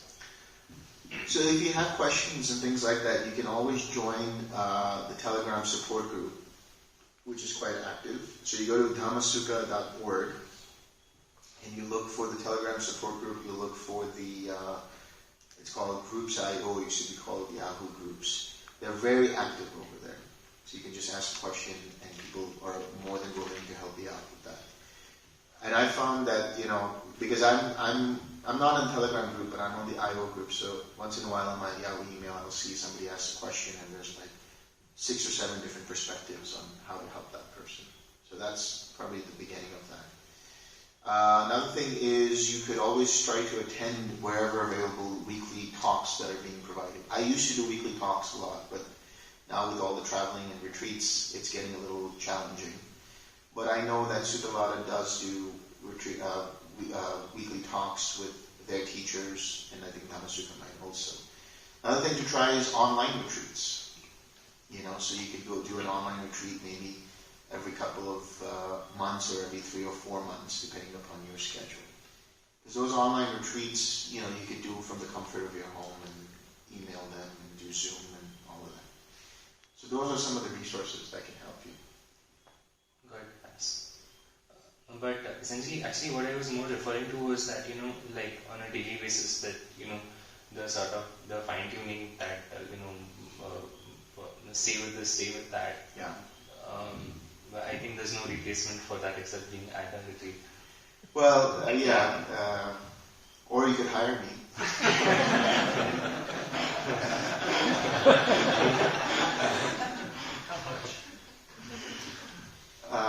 But you start to get in alignment with your intuition.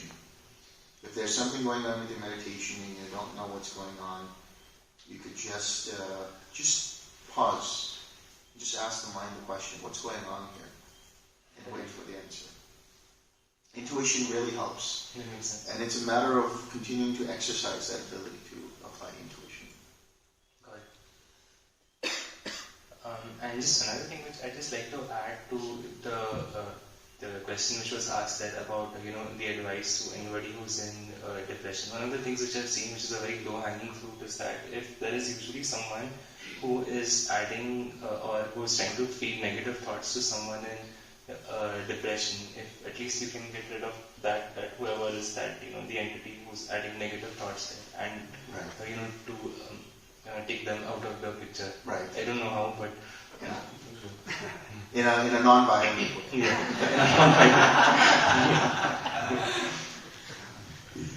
Yeah, basically it's looking at some of the causes of what's leading to it or aggravating the situation. And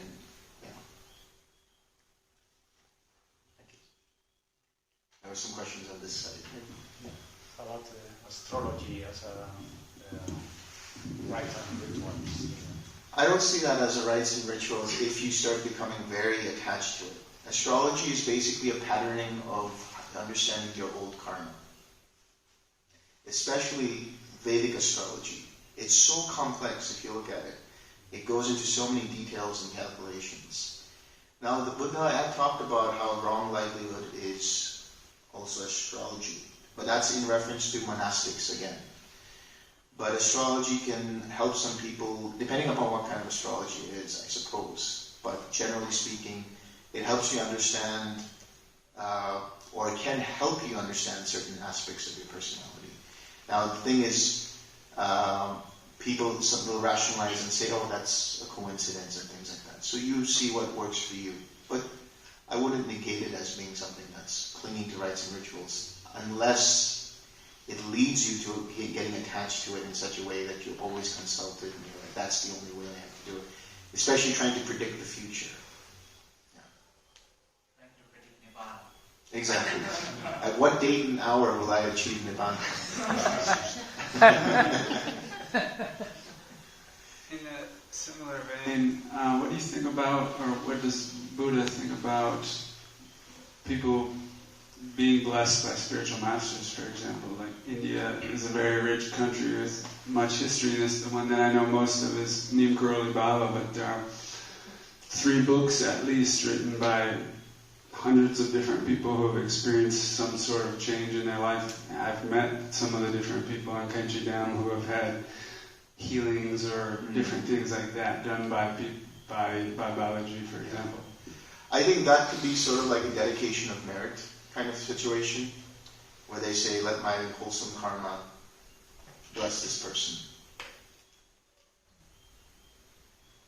At least that's how I would interpret it.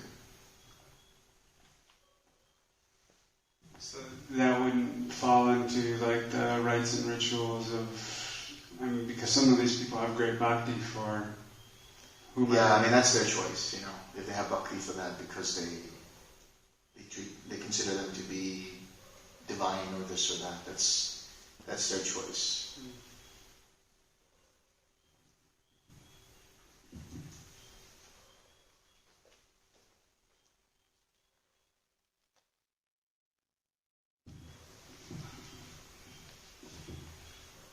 So two things. Could you expand a bit more on how to cultivate that dispassion that you need for the quiet mind? Yes. And the other thing is any things that you have seen to synergize with TWIM, like I don't know, fasting or a darkness retreat or something like that. You're always trying to calibrate, aren't you?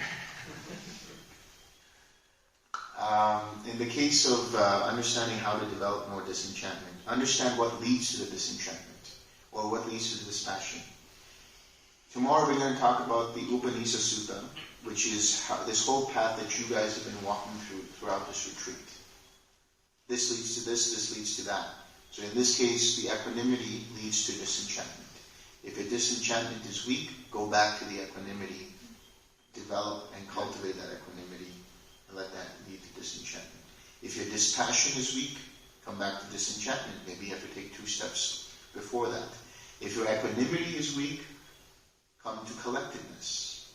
If your collectedness is weak, come to tranquility, relax. If your tranquility is weak, bring up joy, bring up Sukha, and so on. So this path which I'll lay out tomorrow, you'll see the different factors that will lead to each of them. So once you understand that, then you can just go back and recalibrate in that way. And in terms of things that are synergistic with TWIM, do you have a... Yeah, I would say in general, anything that leads to relaxation and uplifts the mind. So a couple examples would be sensory deprivation tanks. Someone asked about that in an interview. Yoga Nidra, progressive relaxation, different calming pranayama. So for example, Nadi Shodhana, alternate nostril breathing, full yogic breath, which is kind of a 3-part breath, can be very calming. And then different yoga asanas that can just help alleviate tension in the body and allow you to sit longer. So in general, and then on the uplifting the mind part, there's millions of practice, or thousands of practices that uplift the mind. Could even be, like Tonglen, what Humberto mentioned, or just any way of cultivating the Brahma Viharas. Gratitude practice. Gratitude, yeah, that's really good one. I give this advice to people who have sort of low, let's say, self-esteem or some level of self-criticism, is every day in the morning, write down 5 things that you like about yourself. Write down 5 things that are good about you. Every day, for 1 month. But every day you write it, it has to be different. A different set of 5 things. That starts to, rewire your perspective. And let's go and soften all that self-criticism and self-judgment. Because in the beginning of the retreat, if you remember, I said there are 2 main things that cause people to sort of backslide or hit a plateau. One is trying too hard, and the other is not accepting, whether it's themselves or not accepting in general.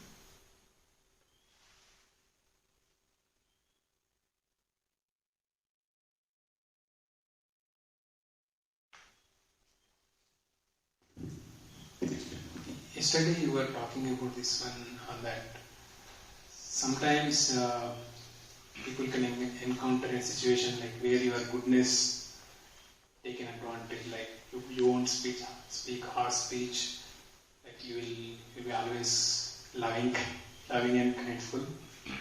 They might take advantage of you, right? So how you... Oh, but you can be assertive.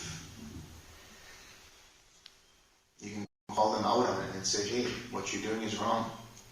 Don't take advantage of me. That's it.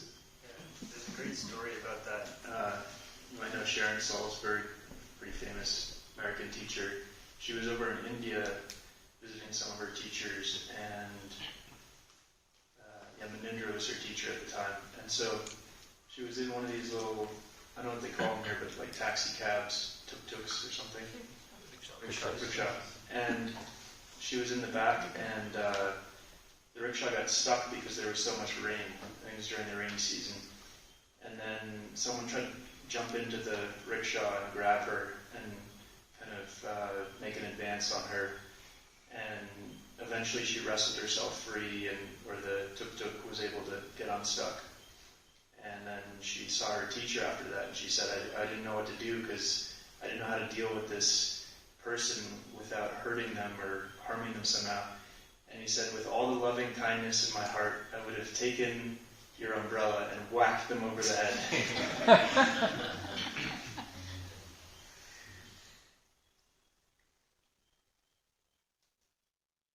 I have another theory question. Like in India, even like there are some stories, even in the case of Buddha, like they can know exactly what time they will be dying. Like, is it how can it be possible? It is possible. When you understand your own karmic stream and the choices you made in the past, and then start to look into the future, you can know exactly the time and date of your passing. It is possible. In the case of Buddha, like I don't know whether I understand correctly or not. Buddha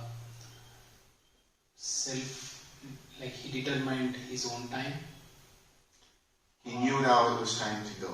Actually, if I remember the sequence of events correctly, I believe Mara came to him and said, now, Buddha, it's time.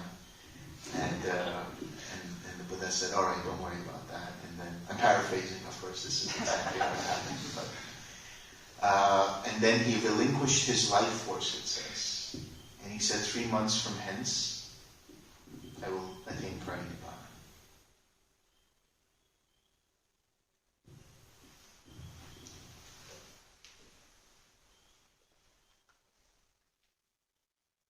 So I had a comment and a question about fasting. Just sharing my personal experience. I fast about 36 hours a week, or once a week. And days when I was meditating regularly, I found that the mornings that I break my fast, before I break, so I would have fasted for around 32 hours, my mind was clearer and I could concentrate better. I don't know whether it's true for everybody, but yeah, I felt really good. And my meditation would generally go better than other days. If I could just comment on that also. Actually, if you think about the way the Buddha had structured how, at least in the Theravada tradition, how monks are supposed to eat, how monastics are supposed to eat. They don't eat after the noonday and everything. In a sense, what they're doing is intermittent fasting. They only eat maybe up to 2 meals a day, up until 12 o'clock. And then they don't eat until the next day. That's similar here, right? If you Right. skip the soup in the evening, you're fasting, you're doing a 24, something like that. Like, yeah, similar to that, exactly. What was your question? So it was about Nibbana. So you spoke about the various after effects after Nibbana, whether it's joy, energy, sleep deprivation, stuff like that. Is it the same no matter what level of Nibbana you come out of, no matter what cessation it is? Not always, no. Because as you get to subsequent attainments, you don't experience the same level of joy you experienced in the first time. You start to experience more equanimity, actually, more balance of mind. That's why I was saying at Arahantship, it's like, I don't care, it's Nibbana, whatever, because you have so much equanimity, so much tranquility. And so the mind doesn't need to necessarily recover from the after effects. And when I say recover, meaning, with the sleep, lack of sleep that happens because of a lot of energy and things like that. And the other thing is you'll also start to see dependent origination even outside of the meditation. You'll start to recognize the sequencing of dependent origination. It just comes to you very clearly. So.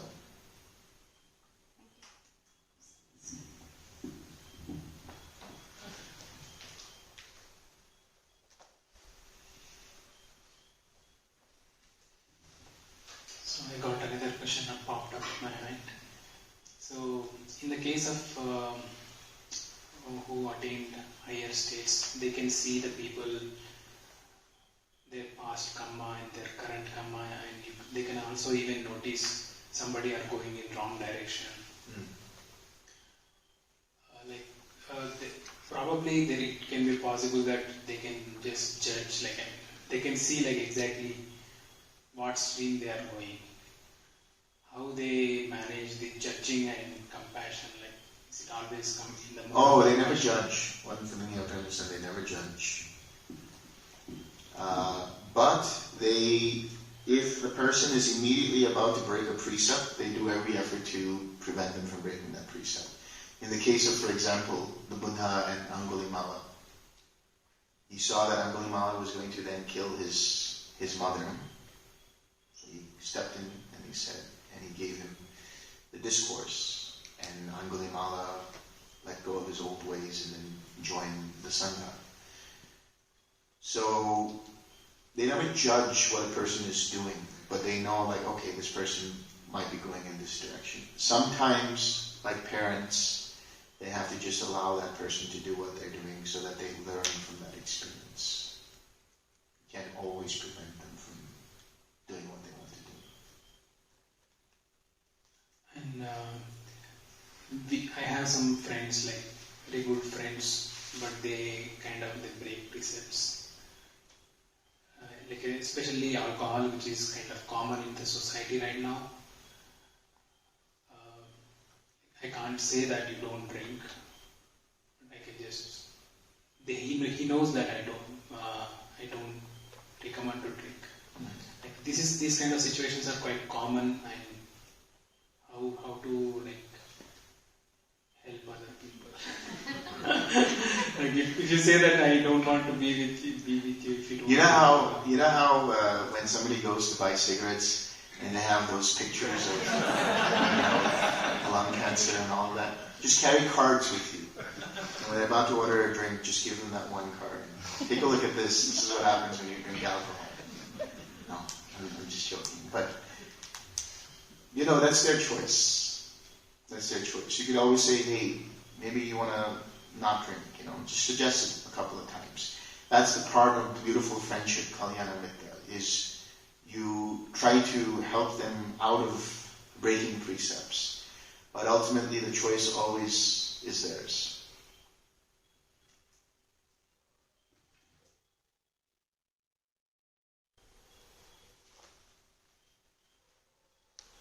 I think Deerpark would be another place. Yeah, I know. Of course, send them to Deerpark. Come here and stay for 1 month. This retreat is sponsored by Deerpark. Can one radiate emptiness? No. Emptiness is a quality of the mind. Emptiness is basically just it's a quality of existence in general. So the experience of emptiness can lead to equanimity, which you can radiate, the upekkha. But emptiness itself is just, it's apparent once it becomes apparent.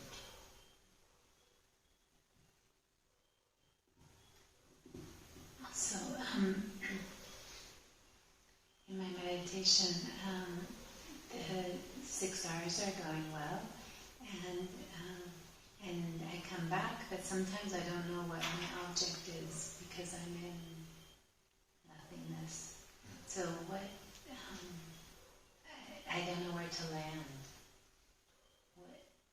What would you suggest? I think if you just stay there, and allow the mind to just rest in that. That's fine too. So don't have to radiate anything. Just let the mind rest in that awareness. So in that space, I'm finding that actually distractions happen a lot more. Yes. So when that happens, that's where you start to develop the disenchantment and dispassion, which is like you just stay in the awareness. You just stay in the awareness of that, and whatever is happening, even if it's like attacking you from seemingly the front, just don't do anything. Just allow your mind to just stay with the mind, with the awareness, and eventually the distractions will start to fade away. As soon as your attention goes to the distraction or the series of distractions, it will fuel it, which will cause it to erupt even more and more. The other thing you can do is add tranquility. Just in the beginning, just add a little tranquility, just have some more relaxation, and then just relax into the awareness, and that's it. And then from there, that develops disenchantment and dispassion naturally. So tranquility for you is, whatever definition is, relax. Passavi, which is just to relax. Passavi, which is tranquility, like tranquilizing, to just soften things.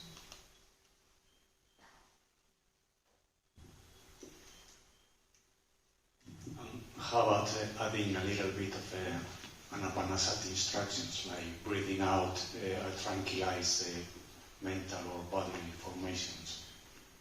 You're saying as a... Yeah, in TWIM, whenever the distractions or the agitation, the energy is too much, to actively breathe out to tranquilize. No. Unless you're doing anapanasati from the get-go. But don't do it as practice, because you're going to equate the process of relaxation. You're going to tie the process of relaxation to your breath. And the mind then becomes dependent upon the breath. You want to have the mind like independent. Let the mind be self-driving, self-sufficient, and be able to do things through its own intentions. So a process of just relaxing, a process of pulling back the attention, that should be enough for that moment. And then making sure that the mind just rests in the awareness and doesn't do anything.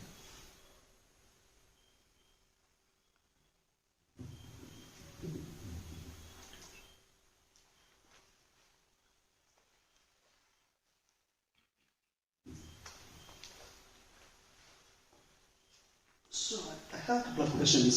So does relating loving kindness to the spiritual friend who may be inclined to alcohol, would that help? It could. I mean, if you're just sending loving kindness to them, that's really nice. As to whether that changes them from drinking alcohol, yes. For them to have the space to reconsider whatever or take a pause. Yeah. But that always lies in their own awareness. Right. The next question is, you were speaking about astrology.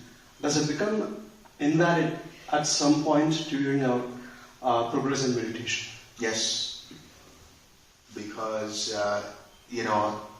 at some point, of course, that's the thing you have to understand. Astrology, to try to predict the future, implies that your life is sort of predetermined in that way. But your choices always change, which means the karmic streams that branch out will also change. So to a certain extent, you start letting go of, like consulting astrology and things like that. You just do whatever is happening, accept everything as is. I just had a question. Listening to the book. What are your thoughts on Reiki? Reiki? Yeah. I think it's pretty cool. No, but how? Yeah, it's pretty cool. Yes, for sure. Could you expand the coolness? I mean, if a person wants to cultivate the ability to do Reiki and stuff, by all means, that's fine. It's helping another person, right?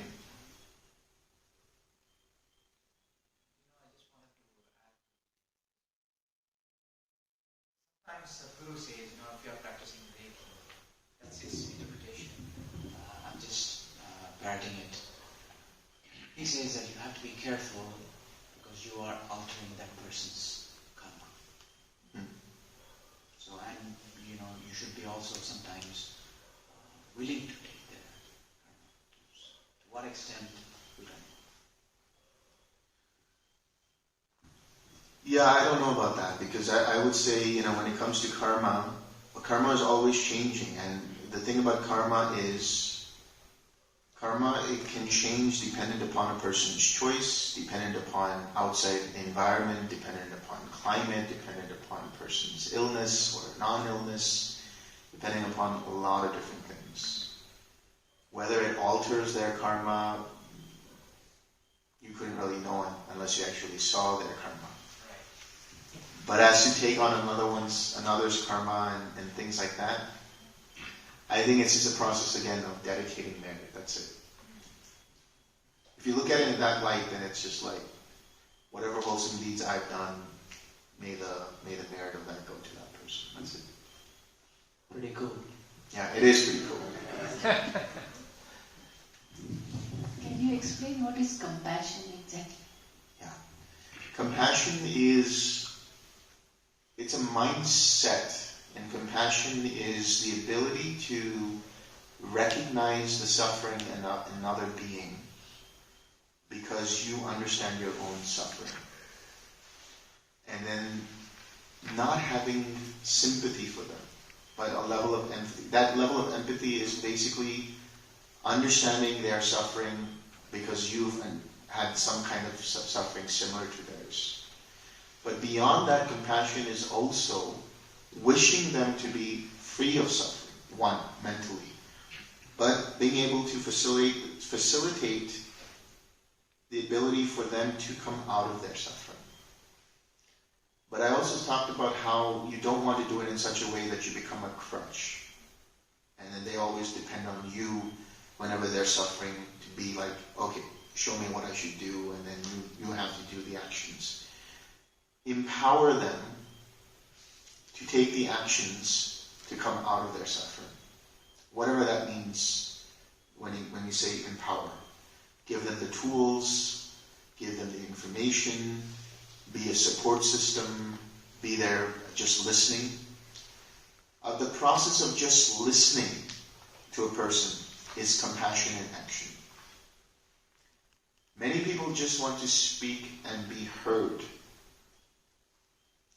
If you can listen to a person without trying to figure out an answer and just listen, that's also compassion. When we radiate compassion in our meditation, what is it exactly that we do? We're radiating the wish for beings to be free of suffering. While we are here, could you also expand on empathetic joy? So empathetic joy, or mudita, is basically being able to celebrate in another person's wholesome success. So that's why it's known as an antidote to jealousy and envy. When somebody becomes jealous, it's like because they've achieved something and now the person begrudges them for that. But mudita, or empathetic joy, is saying, wow, I'm genuinely happy for that person's achievement. I was talking about the other day, somebody from San Francisco, he was saying, every time he sees somebody driving a really nice car or whatever it might be, the first thought that arises is, good for them. I'm so happy for them.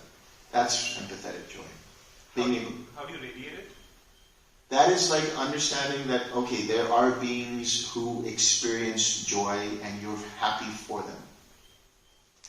Connecting with their joy, connecting with their happiness, connecting with their temporary relief from suffering, or even permanent relief from suffering. As you said, Reiki interfere with the karma. So what doctors are also interfering by curing the person? Yes, of course. Karma. Of course. But why is that a problem?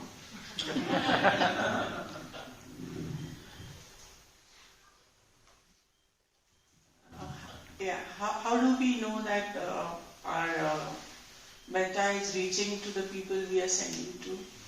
We can't. We don't. But there might be times where when you're sending metta, like I was saying earlier, there might be times where a person thinks about you and says, or calls you, or sends you a WhatsApp message and says, I was just thinking about you. So first thing tomorrow, I get my might be mobile. having a lot of messages. I just check if I have received messages. Secondly, I was just wondering, like when I was meditating yesterday, I spoke to you about this. Again and again, my mind was getting distracted. So again and again, I was using the 6 hours. So more than meditating, I was using more of 6 hours. I mean, so was it like my lack of knowledge of meditation, or it was ignorance, or I don't know? No. It's the right thing that you were doing. It's the right thing. You were meditating, actually. If you were 6 hours in, it means that you were applying right effort.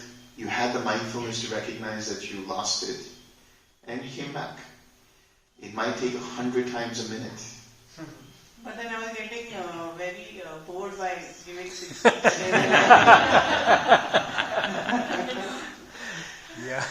Not bored, but I don't know use the right word, but it was bothering me again and again to use the 6 hours, and then, That time you just relax. At that point, maybe what happens is it could be that the mind is just 6 hours like as a preventative thing, and then you just relax. Relax into the awareness. Try doing that and see what happens.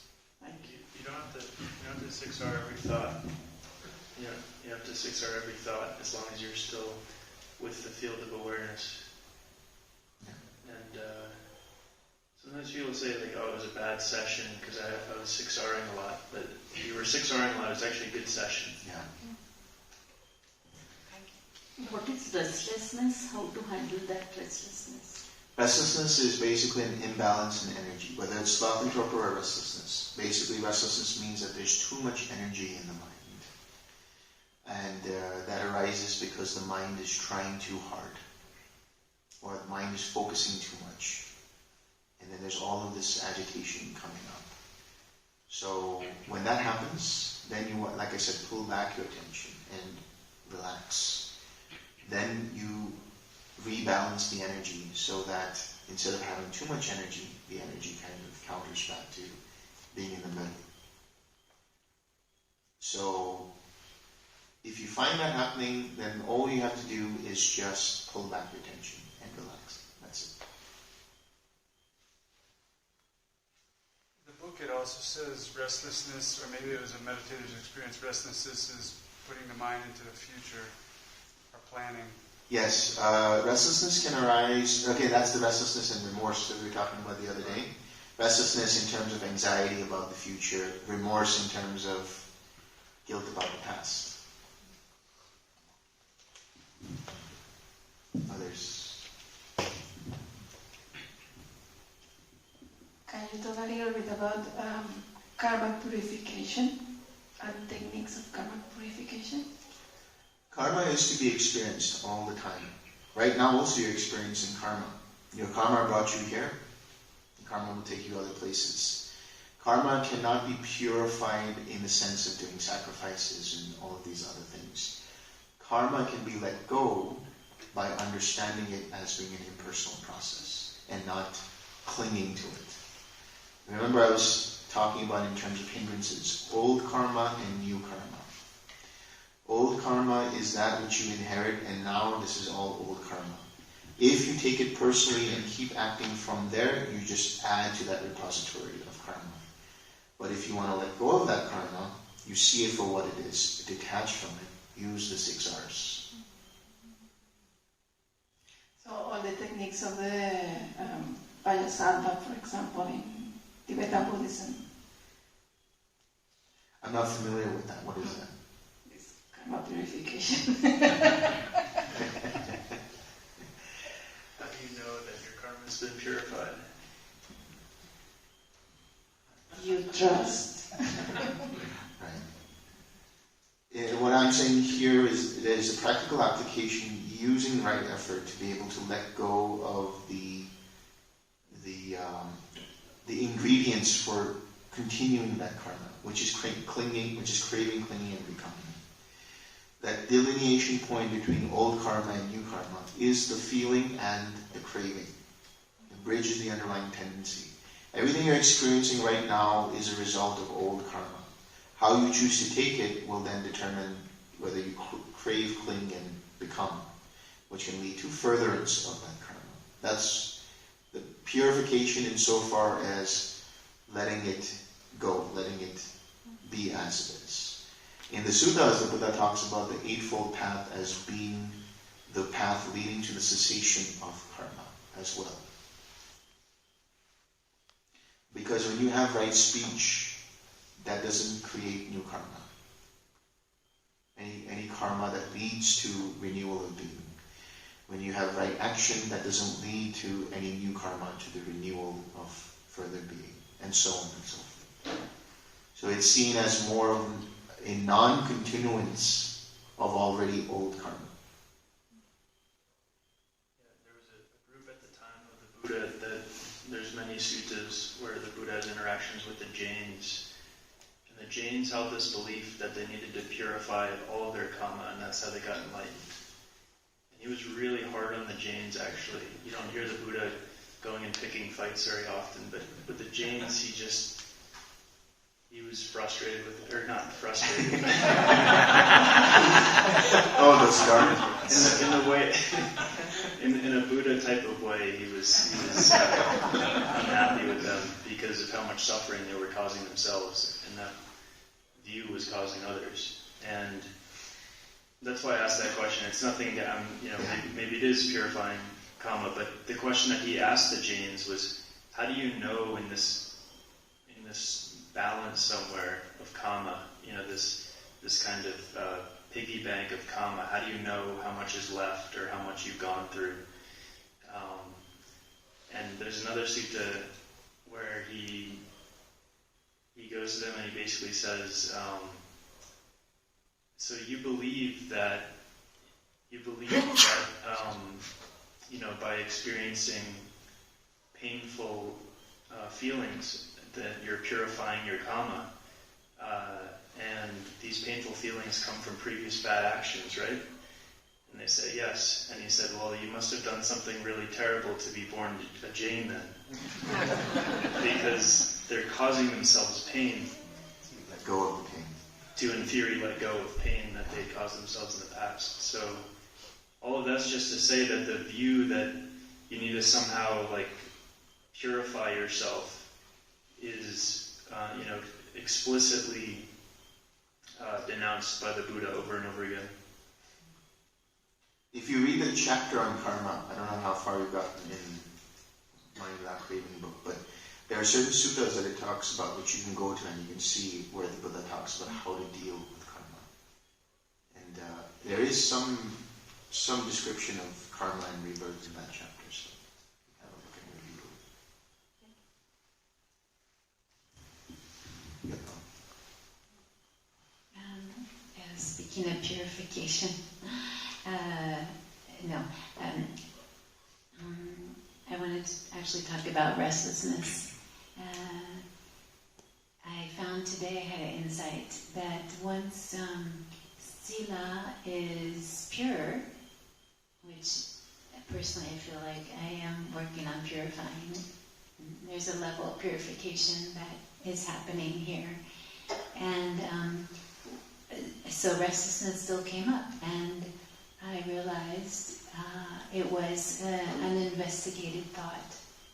So restlessness can still come even after sila is pure. The thought was, oh, I'm not good enough for this or that. And then I realized, oh, is that true? I get to investigate that. Is that true or not? So I just wanted to share that about restlessness. Yeah. And that's the other thing you have to understand. Even after you purify sila, you can still experience the hindrances because they're momentum from previous choices. So, like in the same way somebody becomes fully realized, they still have to experience the consequences of their previous actions prior to full awakening. So, yeah, I mean, if that helps in terms of understanding how this thought process arose, and then letting go of the cause of the restlessness, then that's cool. Yeah, just, I mean, once I saw that, I was like, six are that. Right. But, yeah, it was pretty cool. Yeah. That's good. Pretty cool.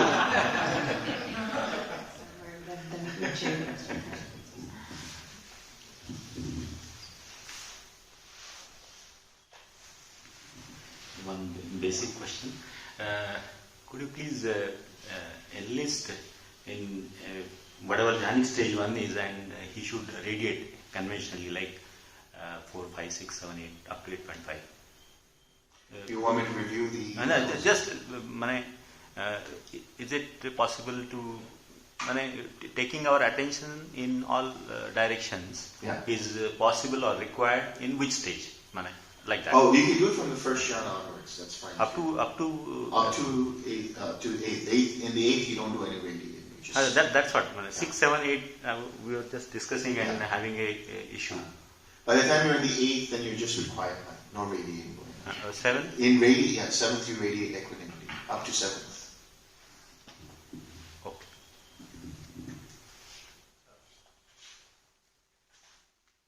You go ahead, but I was just saying. Does a place of birth or stay of a home, the environmental home, impact people's lives? Impact people's lives? That's actually also a karmic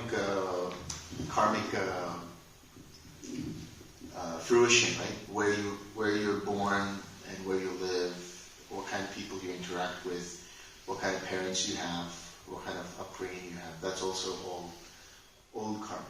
Because in Hindu mythology, in some place it has been written that your place of birth is already predetermined, or the home in which you are going to be born, your karma has been written from that home, the way the home has been formed. Right. So the idea is that certain choices that you make in your previous life can lead you to being born in a certain kind of family, in a certain kind of home or lifestyle. Yeah.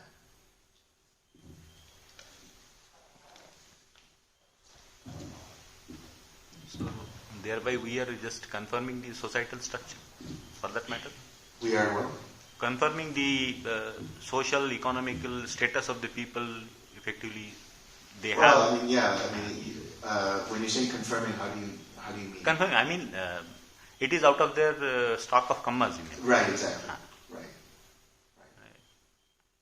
So the another thing, people tend to blame the situation, the people, and the history maybe sometimes.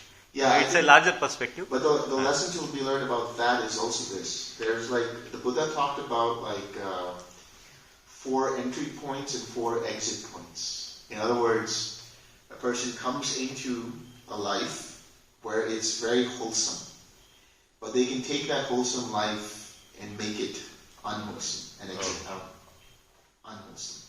For example, somebody's born in a very rich household, but then they get influenced and decide that they want to use their wealth for unwholesome means, and they can tarnish their wealth and create all kinds of situations for themselves.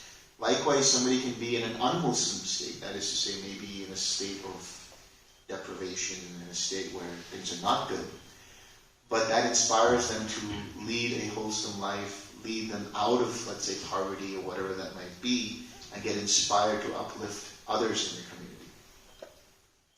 So that's from the let's say, I don't want to use the word negative, but something that's not so well to something that is better. And then there's also somebody who is in a better state and then improves that state. And somebody who's in a terrible state and continues to, or worsens that state. Like that. Yeah. So the idea is, fine, it can be confirmation of the socioeconomic status. But what you choose to do with that's important. Yeah. Always. What do you do with the karma that you have now in the present moment? How generous, how good you are. Yeah. So on the same topic of karma, I mean, I think there's a really good sutta. You mentioned it just a moment ago, Angulimala. Yes. He became an arahant, all right, when he met the Buddha running around and stuff and everything else. Kind of cool story. Yeah. It's pretty cool. It's very cool. At the end of the day, he was an arahant, has the robes on, people were still throwing stuff at him. Yeah. He was picking up all that old karma that he had done from taking people's fingers off or whatever. From what I understand, he was even actually a pretty good guy before that. That's right. But you actually see that there's no purification even in becoming an arahant. You're still going to pick up some of your old karma based on what you did.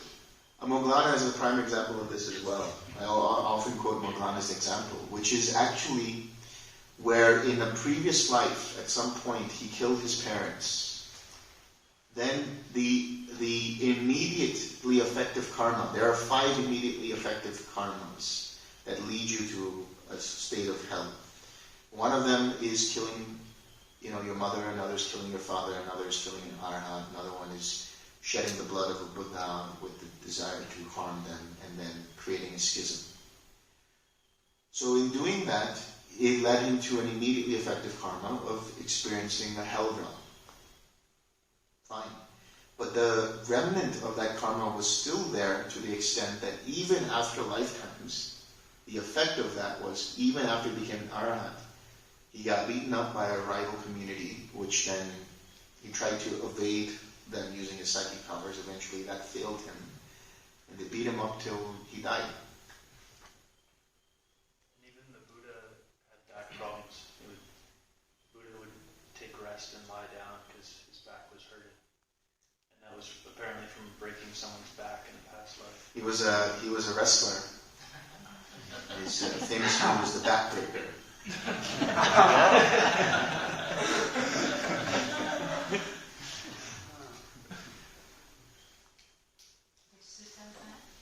No, this is more like a commentary.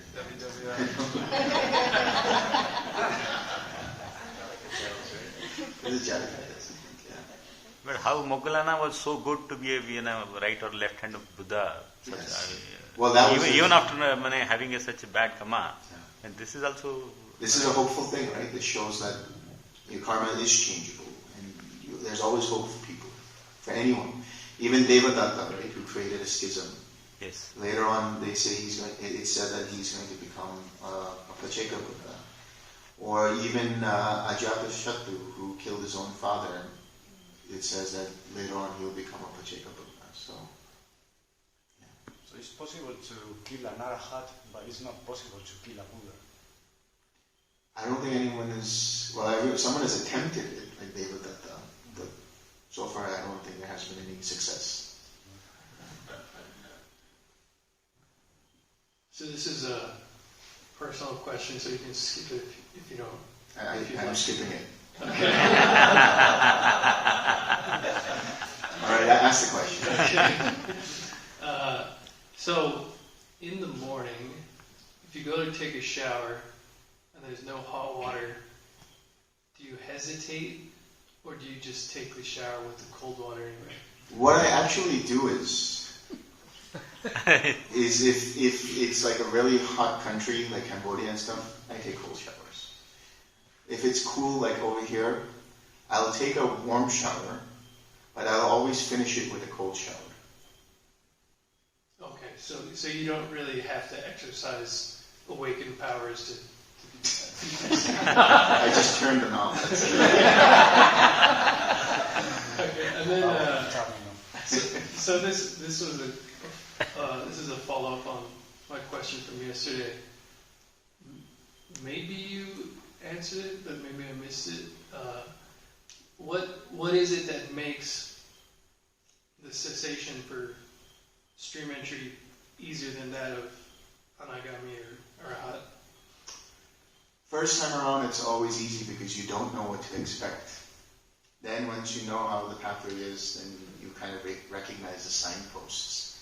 So it's arguably more difficult the second, third, fourth, fifth, sixth time around because you know the passage. So there you need even more disenchantment and dispassion. So it's like there's different levels of letting go required at each. There's different levels of letting go, but again, they're facilitated by how much you siksar and what you siksar. In other words, for the anagami, if you want to get into anagami, you have to be able to recognize when sensual craving arises. You have to be able to recognize when aversion arises and let them go until you stop experiencing them. In the case of arahantship, you have to let go of any restlessness that arises, let go of any kind of conceit that arises, let go of craving for jhana, craving for formless attainments, becoming more attentive, becoming more aware of. So lack of mindfulness, you have to let go of that.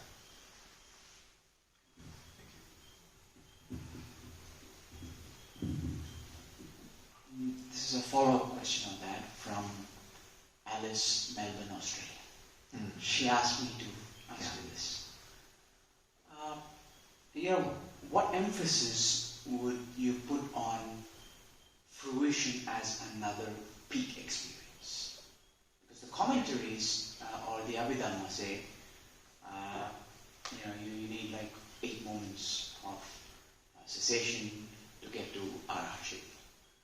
But imagine, a person listening to discourse of the Buddha and then becomes an arahant.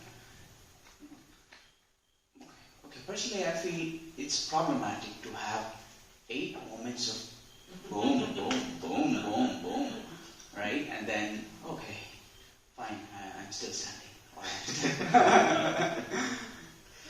So is it more of a commentarial thing that they took the fruition to another level, or how do you see this? I would say, having not really read it for myself, I'll explain it. So I don't exactly know the full context of whether it's in the Abhidhamma or whether it's in the commentary, but there have been people who've had like 24 cessations. By now they should be like a triple arahant or something.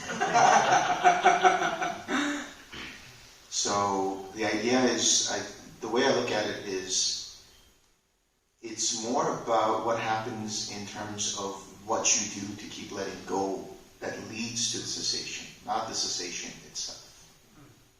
So what about the fruition? So when you talk, again, going back to the fruition, what was the question? So is it another peak experience? So one of the things I have noticed with people, and this is my own experience with interviewing people, is that the fruition, you will know it's a fruition when you for sure see the links of dependent origination. Another cessation experience. Right, post-cessation experience. So how about, let me give this analogy. You listen to a lecture for 3 hours, and then you go back home, you do some homework, and then you say, hey, okay, that's what the lecture was all about. It's that application of that experience that you had in those 3 hours, and then you just... And then it just all clicks. You just get it. That is fruition, huh? Yeah, that's fruition. Okay. Right? And so it doesn't have to be another cessation experience? Would you say that? Well, I'll give you an example of somebody that it happened at the San Francisco retreat. This was earlier this year, and this person had been in the Dhamma for many, many years, and he just didn't really, he just wasn't getting to the right path and the right way of doing things.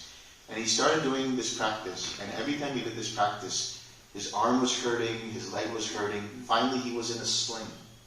Like he was like torturous for him. And one day in the interview, he came and he was just so happy and everything. And I said, "You've had an experience." And he explained what happened, and he said, "Yeah, this is what happened." And okay, great. And then he was listening to Chachachak Sutta, the 6 sets of 6. And so he came back and he said, the first day, yesterday when you told me this, I didn't believe you. I was like, okay, maybe he's just saying that. But while I was listening to the sutta, something happened where I had to, after the end of the reading, I had to just go to my room. And as I was going to my room, there was a blackout.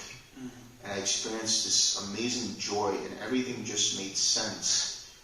And he no longer had his arm in a sling, and it was like the pain that he was experiencing, it became pleasure. And there was joy in that experience. So, yes, cessation will happen, and then there will be a fruition. And sometimes the cessation is so small, I see. You might not even recognize it. I see. There have been people who have had cessation in their sleep. And then when they wake up, they experience immense joy, and then everything makes sense to them. Right. So that makes a lot more sense. Right? It doesn't have to be another wow moment. You know, it could just be a tiny click. Yeah.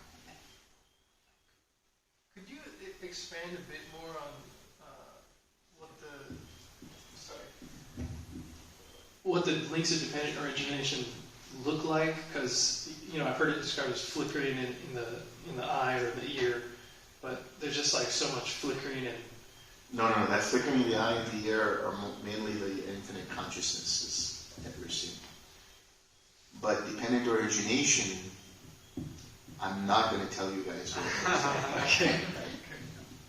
You have to tell me, or you have to tell a teacher, and then they will be able to confirm the experience for you.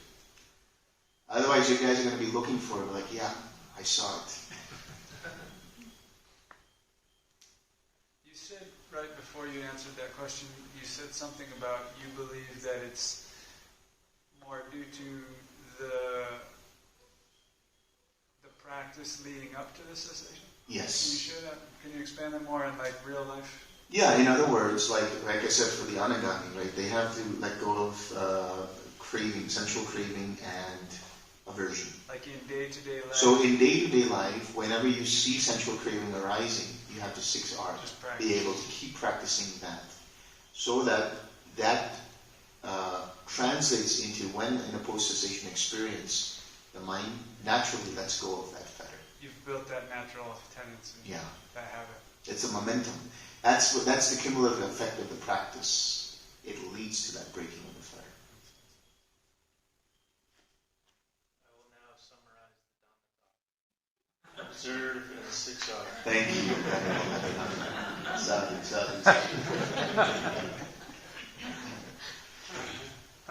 Any other questions?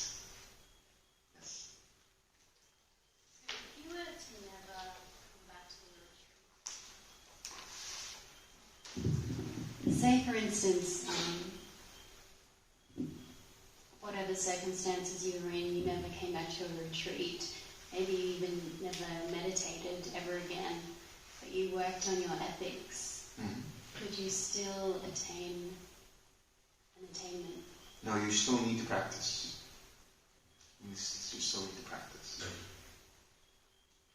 Because it's Sila, Samadhi, Panya, you see. The Sila, the ethics part is there, that's great. Now, here's another thing to understand. If you've had a path and you don't practice, you will still have a fruition, but it will happen at the time of your death. But if you want to get to the next path, let's say, then you need to repeat that whole process consistently. So we'll see you next year then. Or just keep practicing, that's it. Just keep practicing.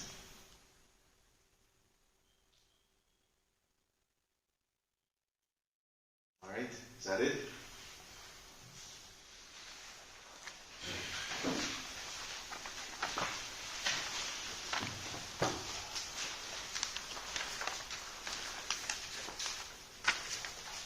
May suffering ones be suffering free, and the fear struck fearless be. May the grieving shed all grief, and may all beings find relief. May all beings share this merit that we have thus acquired for the acquisition of all kinds of happiness. May beings inhabiting space and earth, devas and nagas of mighty power, share this merit of ours. May they long protect the Buddha's dispensation. Sadhu.